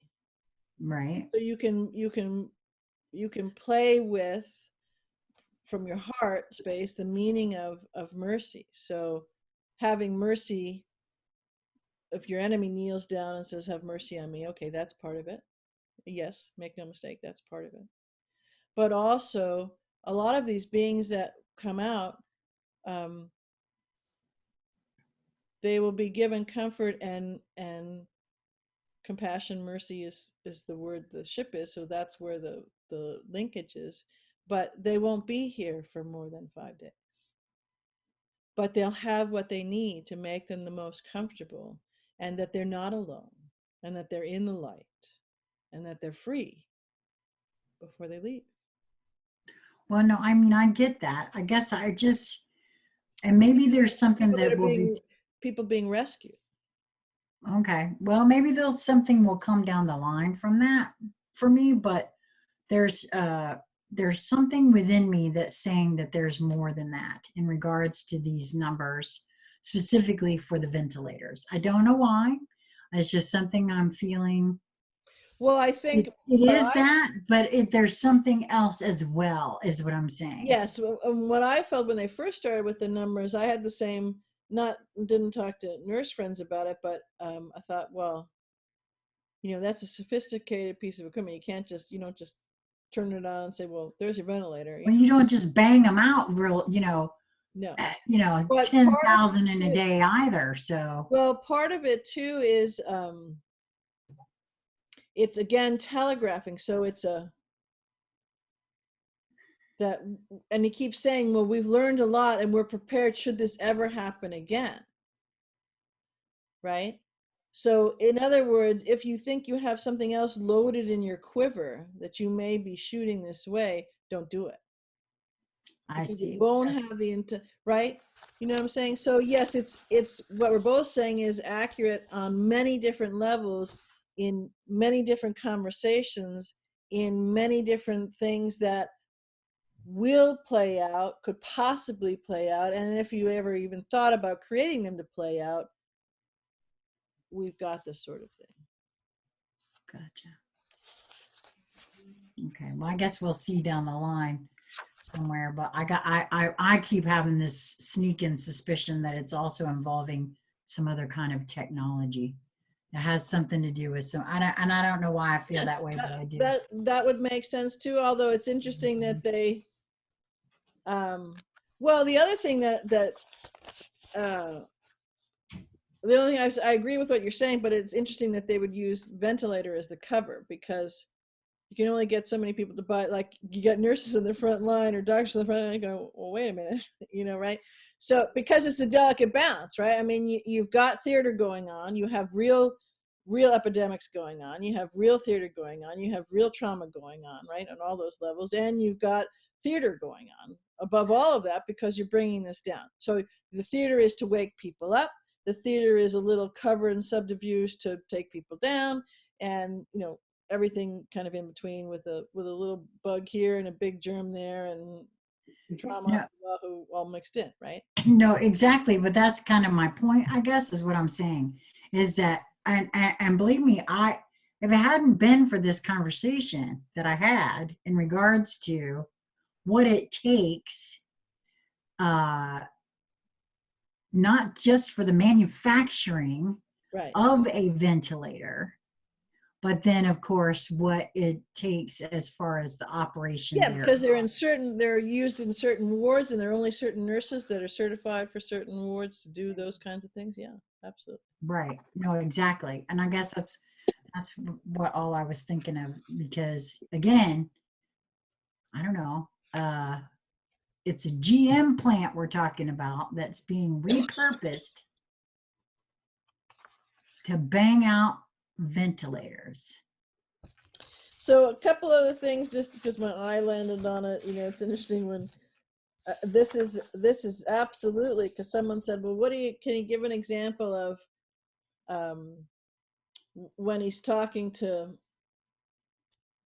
I don't know I don't know what the word they would have used, but the Illuminati, the people who set the bug on us, right?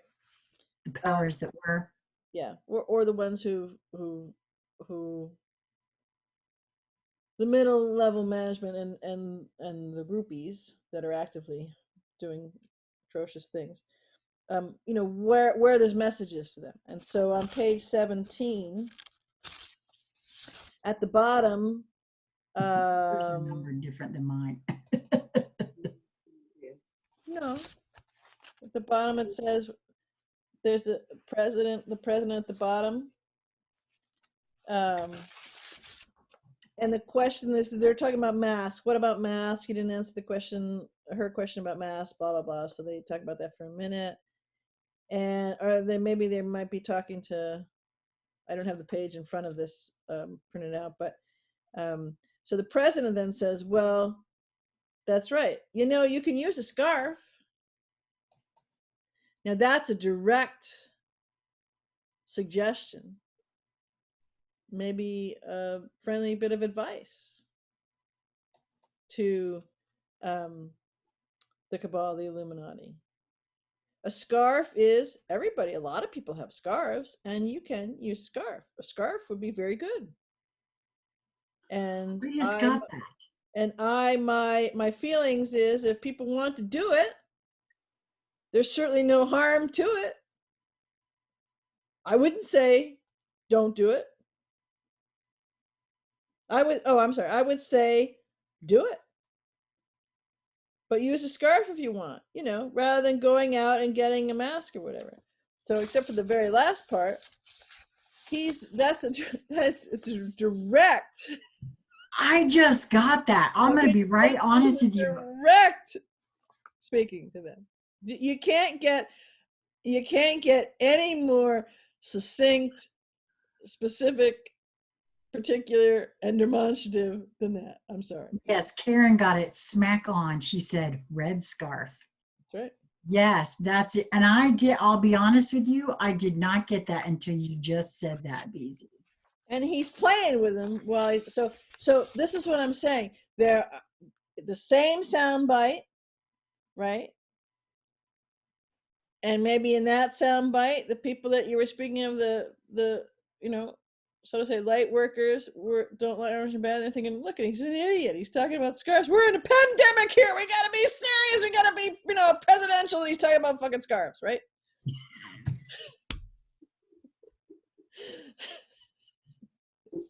So there are multiple conversations going on to multiple audiences, and they're very revealing. And you try that. You try going up and having the constraints of the office that you hold with a room full of people, for the most part, who are totally unprofessional, and by design, by them able to hopefully stay alive. Out to get him. Yeah. Right? They hate your guts. And the people they work for, who control them, who are their controllers, are telling them to do this and to keep cranking it up. And so you're dancing this dance with sincerity and with an open heart, and you're walking this line. You know, the guy wasn't an actor, but he's doing a damn good job up on that stage with the theater, I'm telling you. Well, I heard somebody, maybe not ones in this room now, but somebody's wanting to know what the significance of, what do you mean by all this? Well, there's a thing where folks have been hung from a doorknob using a scarf, and supposedly this is suicide. It's a calling card, yeah. But it's also considered a calling card, yes, as BZ said. And Karen knows about it because generally the scarf or belt or whatever is used is red. And it's one of those things, I don't know, think the horse's head in the bed kind of thing from the mob. It's the exact same thing. And so, but that was one that I did not decode until you were saying that it was specific to the Illuminati, or the powers that were, the middle management, that sort of thing. And the minute you said it, I was like, oh my God, I can't believe I missed that. And but you watched it twice, right? I watched it twice. Okay, so here's one more layer to it. What was a certain being wearing? What color was the scarf that a certain being was wearing on that particular day when he was playing with the scarf thing, when he first started playing? No, you are joking me. You're right. It was red. Yes, ma'am. Things ain't hidden so well in plain sight anymore. They're just... Holy crap. If you doubt that, go back and look at the briefing and check out Dr. Burks' scarf. I be damn, it was red.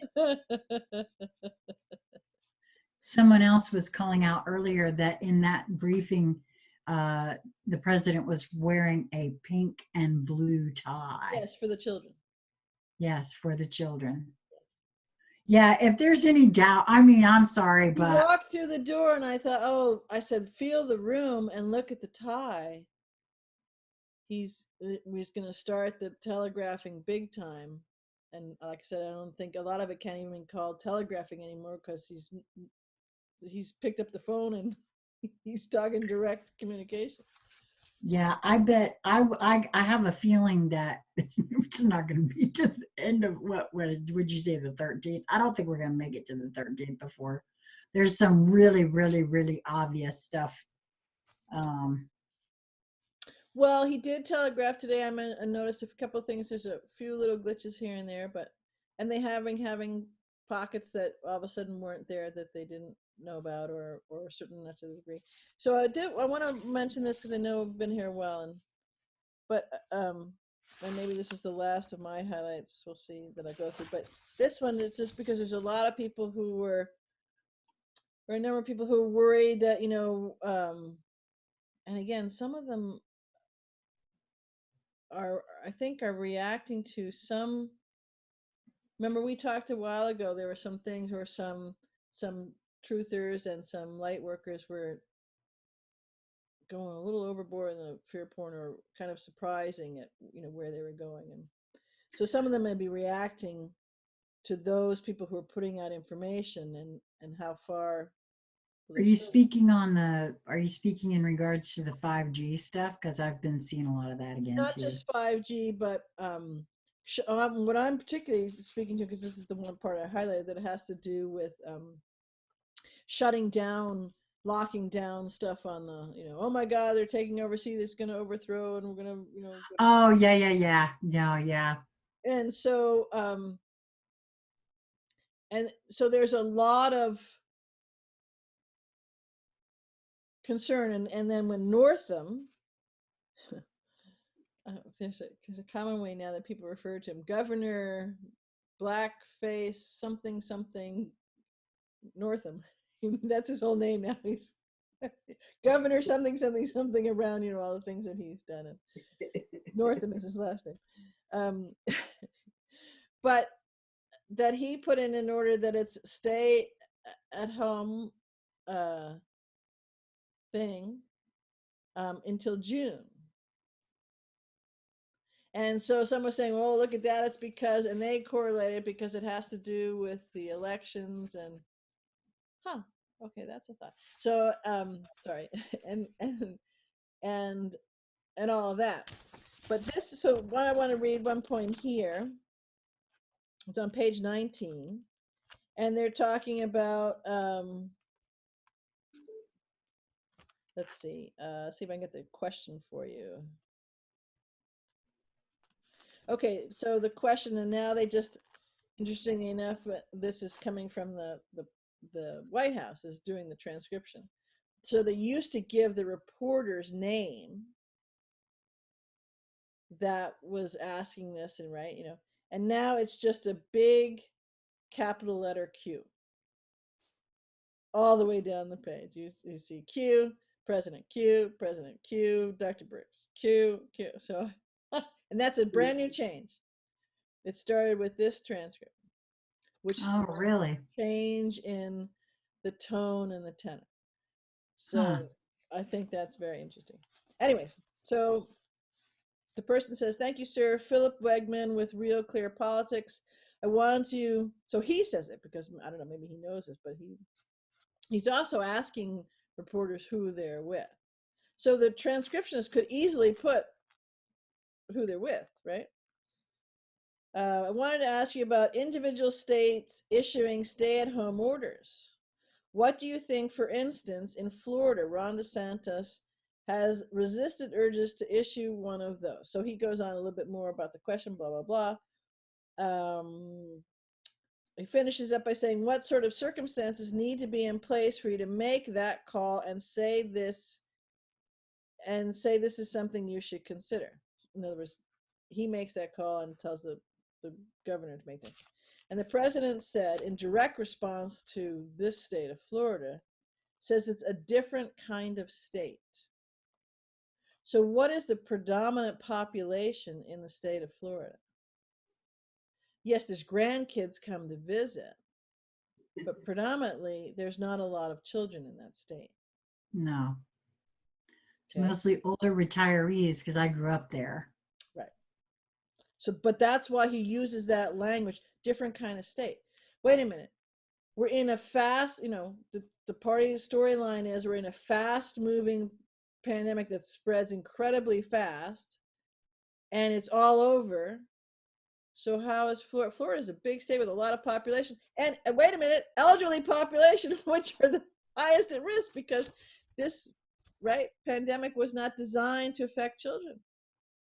12 and under was not designed to, because there's better uses for 12 and under group, and you don't want to do that. You don't want your, product, which is the way they look at it, tainted in any ways. Right? Different kind of state. So right off there, he's giving you really clear about what's really going on. And then, so then the vice president talks about something, the same kind of question. And the vice president finishes up, but for the next 30 days, this is what we believe every American in every state should be doing at a minimum, which is the whole guidelines and so on and so forth. And so then the president interjects, because he's still on the DeSantis thing, but so unless we see something obviously wrong, we're going to let the governors decide how to do it, right? Now, if it's obviously wrong, I mean, people can make things, they can make a decision that we think is so far out that it's wrong, we will stop that. So the reason that I'm highlighting this in particular, because Governor, fill in all the names they give him, Northam, has made it stay at home to ridiculously long. And it's in Virginia. It's not like the president can't remember where Virginia is or might notice something that's going on in Virginia, given particularly all the names that Northam has between the governor part and the last part of his name part, right? So he's answering that question directly, that there's more going on than you know, and as these stay-at-home orders are for your protection, let it lie, right? Just go with it for right now. Does that make sense? Yeah, no, it makes perfect sense. And I'm not sure who is where people live that are listening and stuff, but being in Washington State, where we have a stay-at-home order, and I published it a while ago when it first went into effect, the list of essential businesses. So all businesses are mandated to close unless they're essential businesses. It's a 14-page list, and it goes through every sector and lists the businesses. And go look at it, because it's the government regs with some of California, and the governor in Washington, added a few things, but mostly comes down from what the president's task force put out. And it's fascinating reading, and it tells you an awful lot about what's really going on, what are on there as considered essential businesses. It also tells you about the seed change of what's coming in, of the new earth coming in, and the new valuing, the new values, the new flow of energy, the new way of holding things, thinking about things, being with things. You'll see a lot of those businesses. For example, garden centers are essential businesses. Growing things, not just vegetables, flowers, and getting out and those kinds of things. Specifically, I think that you're speaking to a very important point there. For me, I would like to say, I'd like to like challenge anyone and everyone that is with us now and those that will be seeing this later. Check it out in your area. See what exactly the rules are in regards to staying at home. I still haven't done that here. I guess because I kind of know what's going on, but I think you're right, BZ. I think I'm going to do that tomorrow. I'm going to take a look at ours and see what is being said. Every single thing in regards to all of this that's been going on, there carries opportunity to see what is really actually going on. And that means one has to, want to go to wherever it is in your state that they're holding this online. But I mean, if you're in quarantine, what else you got to do? I mean. Well, and if you want to take the easy route, you can go to the IEB and see the Washington State ones, because they're derived, so they're not going to be a lot of difference between what's on there that isn't coming from President Trump. A few things added, but one of the reasons that I looked, because the business I work at is not an essential business, yet it's still open. But that's a whole other thing. But is alternative healthcare providers. So if you are an alternative healthcare provider, if you're interested in alternative healthcare providers, if you know anybody who is one, there has not been much time ever, and certainly not in a pandemic era, that anybody has given a hang about alternative healthcare providers, and that they might make it easy, convenient, facilitate in any way, shape, or form that they help alternative healthcare providers or the beings who would like to avail themselves of an alternative healthcare provider. Yet, in this stay at home, in the land of pandemicness, alternative healthcare providers are essential businesses, and they will be allowed to do their job. It's mandated. Well, see that along with some of the other things that we've decoded before that have been said about, the alternative therapies, as right. And so you touched on it briefly earlier, and before because I know we've been doing this for almost 2.5 hours, and I'm sure at least one of us, if not all three of us, need a tinkle break. I wanted to touch on this because there's a lot of things, because we touched on it to begin with in regards to how folks are seeing this or whatever. I know that folks have been unhappy when they hear the term 5G. They've been unhappy when they hear the term vaccines and all of this sort of thing.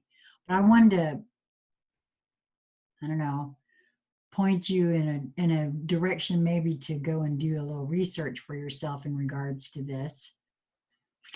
I feel, I can't prove it, there's nothing I can really point to specifically, but I feel that was handled, the 5G issue was handled when Trump put a stop to the merger between Qualcomm and Broadcom.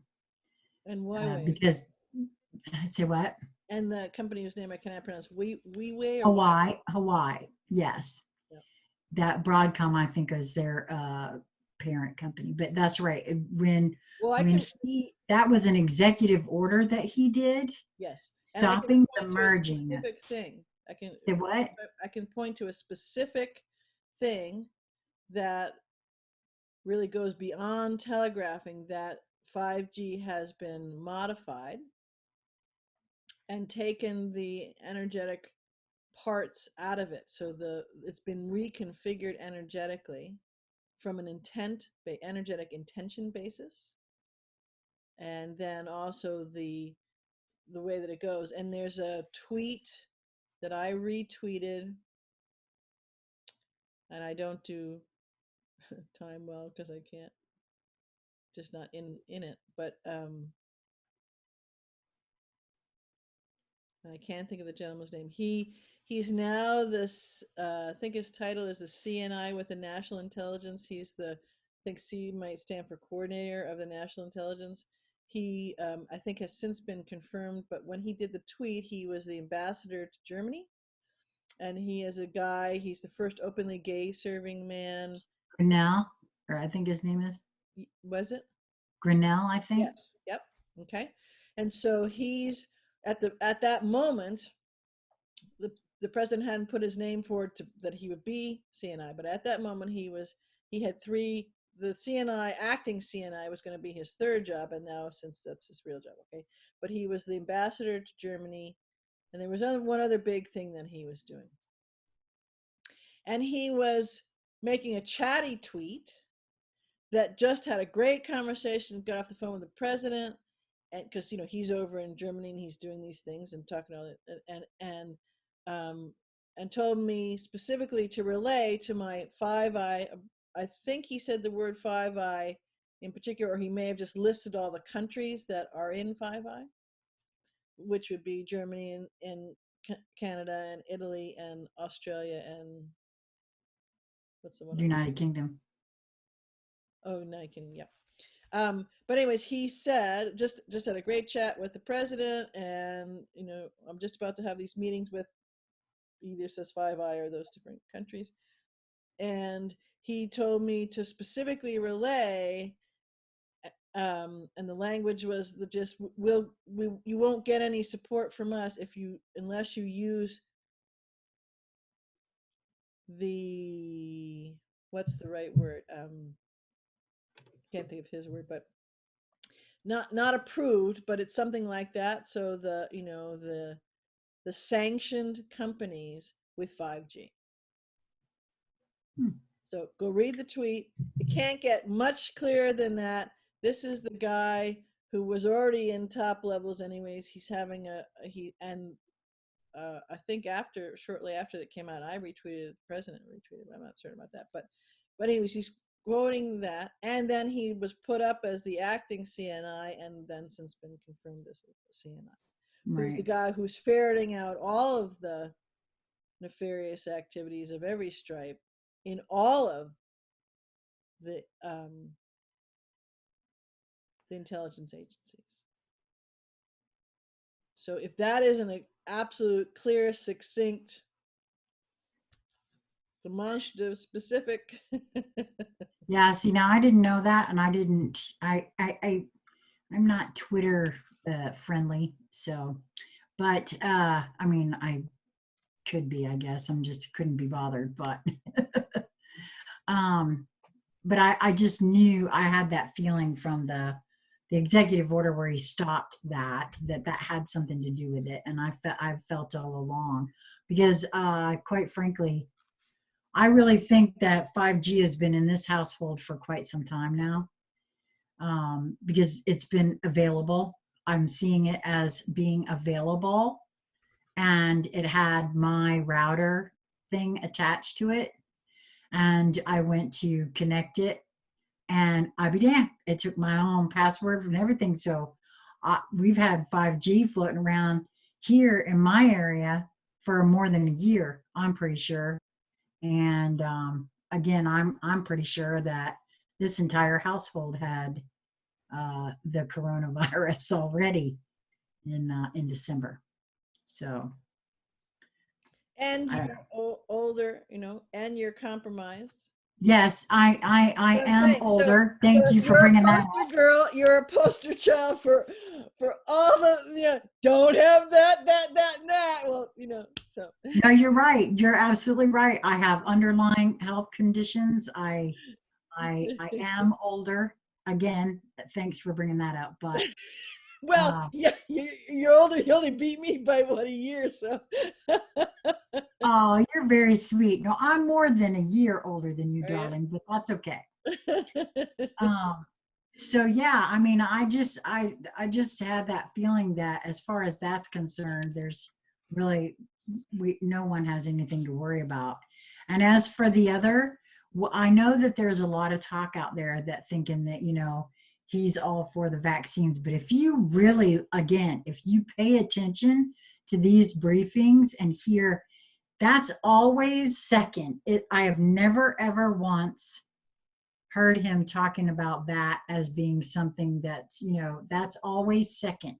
It's I always do. second. He actually, with your hand gesture, he does, at least energetically, sometimes with his words, sometimes with the hand movement, even it's kind of swept aside. And any attention or vocalization or giving voice to that he does, it's pretty obviously in the vein of from a marketing standpoint, because he's the president of the United States. In this world of people who are snoring to beat the band, you take a pill, you get a shot, you get cured by these things, you don't pay any attention to what's in the vial that went into your body that's doing it. So yeah, he's not going to stand up there right this moment and go, no, we're not doing shots anymore because, didn't you see that movie, No, about exactly vaccine? right. I mean, He's got, in context, he's got to, go with the, that's exactly right. And I'm glad we went there because we just got that question. What do you think about the vaccine situation? And the thing is that I've always said all along in regards to this is that you think they're after him now. What the hell do you think that they would be doing, the press and everybody else, if he didn't at least pay some lip service to the idea of a vaccine? I mean, come on. They're trying to crucify this man at every effing turn. He well, even get sworn in before they were trying to impeach him. right. So yeah, he can't come right out and say he's against him. And they're talking about a year and a half out before it would even be ready. In the world, it would be such a different place. You won't have those things. And you can also tell who I've told people around me, I said, right at this moment, unless, I see who's made the vaccine and whatnot, if they offer you a vaccine, don't take it because you may not be around very long to survive the coronavirus. So, hey, you don't need to worry about it. But his Well, child is vaccine compromised. And so he has a vendetta against them. yeah. He doesn't play it up loud because he's got other things he's got to get through first. But make no mistake about it, if someone's head's going on a platter, right? Yeah. They're leaving So the list. and I have heard others, others that were out there touting the fact that, they're overhyping this, other doctors, okay? Like big name doctors. I really wanted, I think I might have, but I can't remember now. I really wanted to share the whole Dr. Drew thing when he was like really going after him for overhyping the whole coronavirus thing. But I think I didn't because he ended it by saying, as long as you get your flu vaccine. I'm like, damn, why'd you have to ruin it with that, dude? Because, you know, that there you're right. That for me personally, I'm saying, look, you want a vaccine? Go get you a vaccine. You got the right to choose a vaccine if that's what you want. Just remember, I have the right to choose not to vaccine. And that's what I'm choosing. And I know that there's been a lot of folks out there, especially truthers, who hear these things about mandatory vaccines, because I know everybody's been looking at this coronavirus thing in combination with Bill Gates and ID 2020 and all of that. And I have to tell you right now, there's nobody can put anything in your body that you don't want in there. There's a will, there's a way. Oh, please. There would be hell to pay if you tried to put something in my body I didn't want in there. Even in prison, I don't have it in front of me because I haven't had to give it out to other people inside prison. But even in prison, there is a phrase that you use, and they'll back off immediately. Ah, okay. Even when a superior officer is telling them they have to do it, it's the magic word, it's the hidden in plain sight magic word, and they back off because they're guinea pigs. Oh, Okay, well, now you've done it.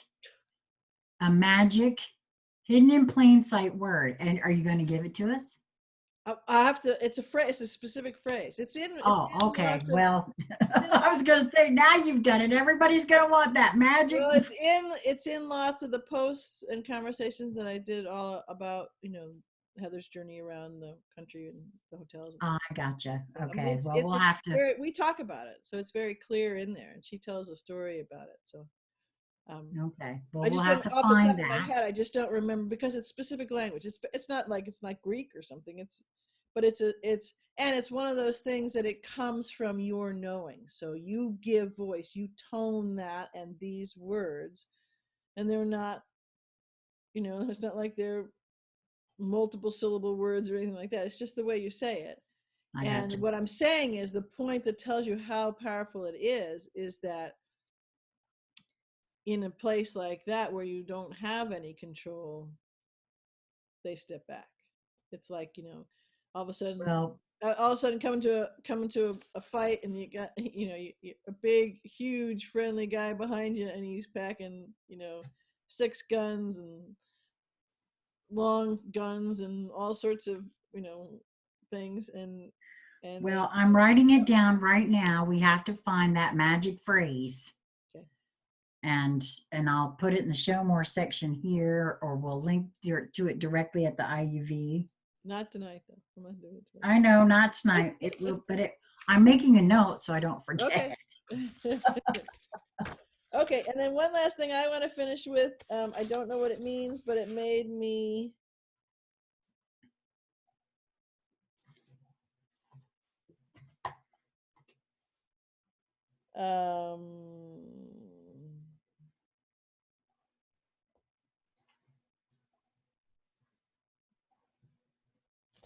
So, okay, well, two things. One, my eyes just landed on this page 22 at the bottom. The question is, some hospital workers are saying that they're facing what looks like a medical war zone in some of these places.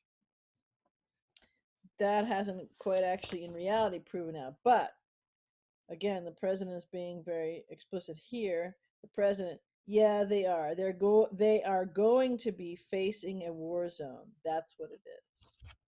Because what's coming in the door, not related to the beer thing.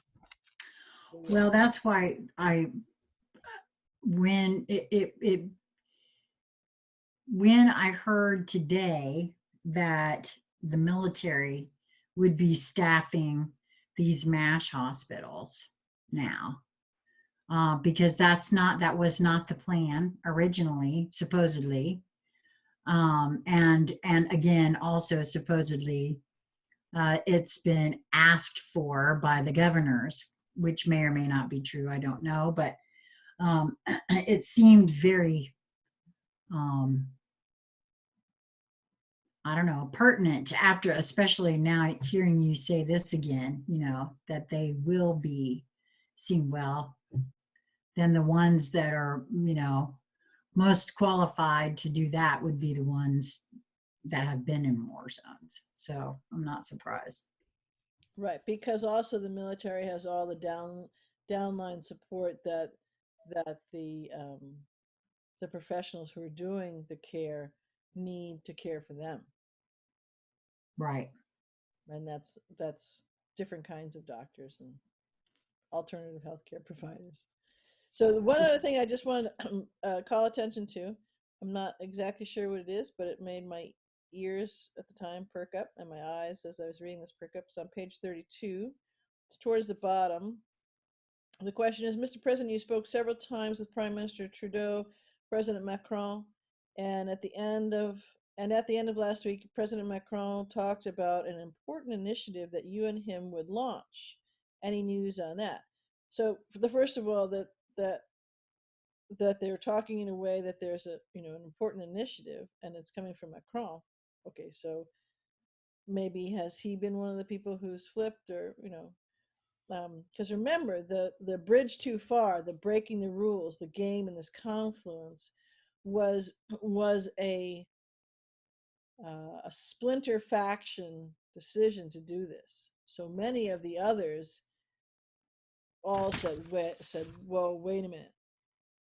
This is beyond the pale even for us." And we've done some serious bad shit, but this is. I don't know if it's just me, but you seem like you're speaking awfully low. Yeah, it's because the energy is gone on all levels. I'm not trying to. I'm yelling still. It's just not Okay. there anymore. So the president says, "No, we're talking about something that will be very positive for the world if we do it. We'll see if we do it or not." Question. Well, what? What would it take? The president. Well, I don't want to talk. It's a private thing, but it will become public if we decide to do it. But positive. It's positive. Our relationship with the president, our relationship with France is, I think, extraordinary. Very good. Probably as good as it's ever been. Boom. That's my adding to the thing. He didn't say it. But so that caught my eye. And there were some things coming in at the moment that I did that, but that was a long time ago, and nothing's coming in right now. So No, nothing's coming in about that.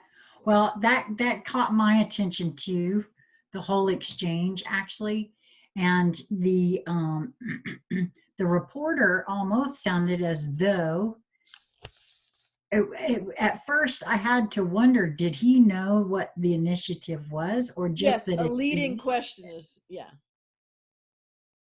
I mean, that was my sense too, is like, hey, so do we want to, tell anybody about Yeah, this? so what the hell kind of initiative are we talking about here? But nobody wanted to give that up. Yeah, I saw that. Well, I guess In the toning of it, the reason I mentioned it, because in the toning of it, there was quite a lot of sparkle to the energy around it. And there was something, it's like there was something coalescing in just it being brought this far to the podium, to the place where it was being brought. And, for me, it was a visible thing to see kind of the air shimmer, and there's a coalescing. But I see.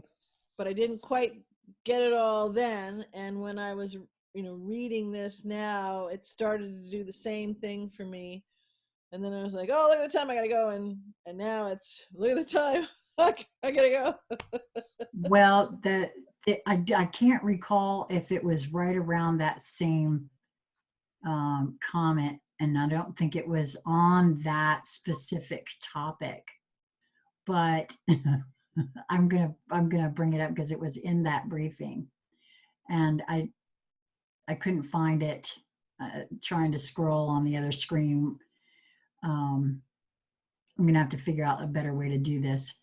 But at any rate, there was at one point where somebody had asked him a question. Do you know about something? He goes, well, of course I know.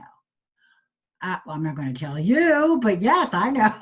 And I thought, yeah, no, of course he knows. Oh yeah, I remember that. I don't remember. Yes, and I thought that was I thought that was I thought it was perfect the way that it's like, of course I know, kind of thing. I don't know. There's a lot of that kind of stuff, and well, I mean, I made notes on today's, and I haven't gotten a chance to actually finish today's briefing. I'd like to do this with you guys more often. I know we didn't get to do, yesterday's either. Well, I got 22 pages of it printed out. Yeah, I know that one was huge too, especially because of all the military guys there and how that all the only started. part I printed out was the top part. Well, and they're so chock full, they make me very sleepy. So I'm having a hard time trying to keep up with them at the pace that they are coming out. Right, and right, and for Failing me, and all.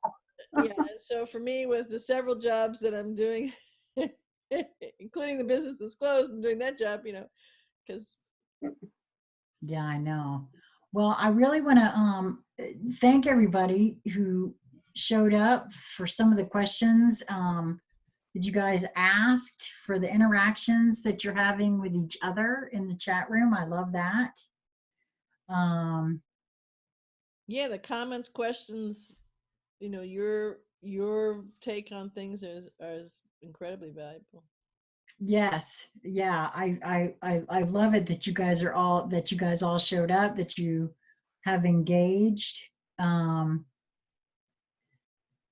they're talking a little bit about the different vaccines and the tracking things and things like that that they wanted to put in it. Yeah, there was.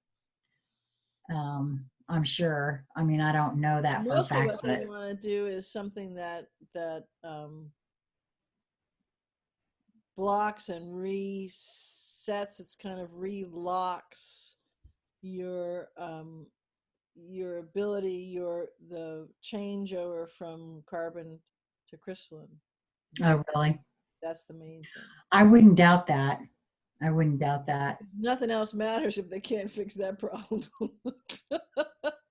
No, that's true. Well, that's a really big point there though, BZ. I never thought about it like that, but Right? If that ship sails, well, they're screwed. So doesn't really matter what other stuff they want to monkey around with. yeah. Well, so thank you all for showing up last minute like this. I think we got up to 27 people live at one point, which that's a big deal for us, to be honest with you. And so because I wasn't even able to really go out and tell anybody ahead of time either, so that was pretty cool, you guys, to show up. So, but if you have not, I'm going to interrupt you for 1 second. If someone knows, who's listening or watching or whatever, who knows how to share things YouTube live on Facebook or other places, and they want to tell Sheila how to do that, yeah, no, that would be great. Anybody out there? Yeah, let's just put that out there right point now. to a little tip sheet that you can Google or something that Yeah. Sheila can put in the show more section, and as it's going on, the next time that we do. Yeah, that would be so lovely. Actually, I'd like to talk to any one of my viewers that has any kind of at all savvy that has to do with Facebook, Twitter, all these different things, and how you make them easier to work with each other and things like that, to help us with getting stuff out for Conscious Conversation Central and for BZ's channel. My email address is in every one of these videos, and I would love to hear from you. Well, I'd love to hear from anybody that wants to email, by the way. I mean, you don't have to if you want to come and have a conversation. I love having conversations. So reach out. And there will be links both to Lisa's, and I wanted to say this too, for anybody that has not gone to Heart Song Musings, Lisa's essays that she wrote. Actually, some of those are 2 years old now, aren't they? Yeah. Lisa's essays that she wrote some time ago, they were actually written for now. That's what I'm saying. It's like she finished them last night. Was racing because was coming out. Couldn't put the pen to paper, Yeah. fingers to keyboard fast enough because right this moment it had to come out. Yeah. Right. Absolutely. So I would encourage everyone to go over and take a read of Lisa's essays on Heart Song Musings. That link is in the Show More section, along with Lisa's other blog. And of course, BZ runs the IUV, and there's a link to the IUV there, but there's also a separate link to BZ's channel. And BZ, I want you to know that I'm going to be setting up a linked playlist for your Fear versus Knowing playlist, so that will also be on Conscious Conversation Central, where you can find BZ's playlist on Conscious Conversation Central. But do go and subscribe to BZ's channel as well as Conscious Conversation Central, because we both put out videos that the other doesn't put out. So, you know, BZ has her Rambling by the River videos that she puts out, and you want to check those out too. So make sure to subscribe in both places. Yeah, and any of these that you know that we do that I put on the IUV, same thing. All the information that Sheila's talking about for each of the other squares that that aren't where mine are over in there too. Yeah, But absolutely. she said just reverse the players. Yeah, that's right. What I said, just reverse. I don't know why. So I'm hoping that we will be able to get together with BZ again very soon to do this, but I'm going to do a better job next time. I'm making sure I've got my printout, because it's very difficult for me to do it from a different screen. So thank you, ladies. Good night. Till next time. Thanks, everybody. Mwah.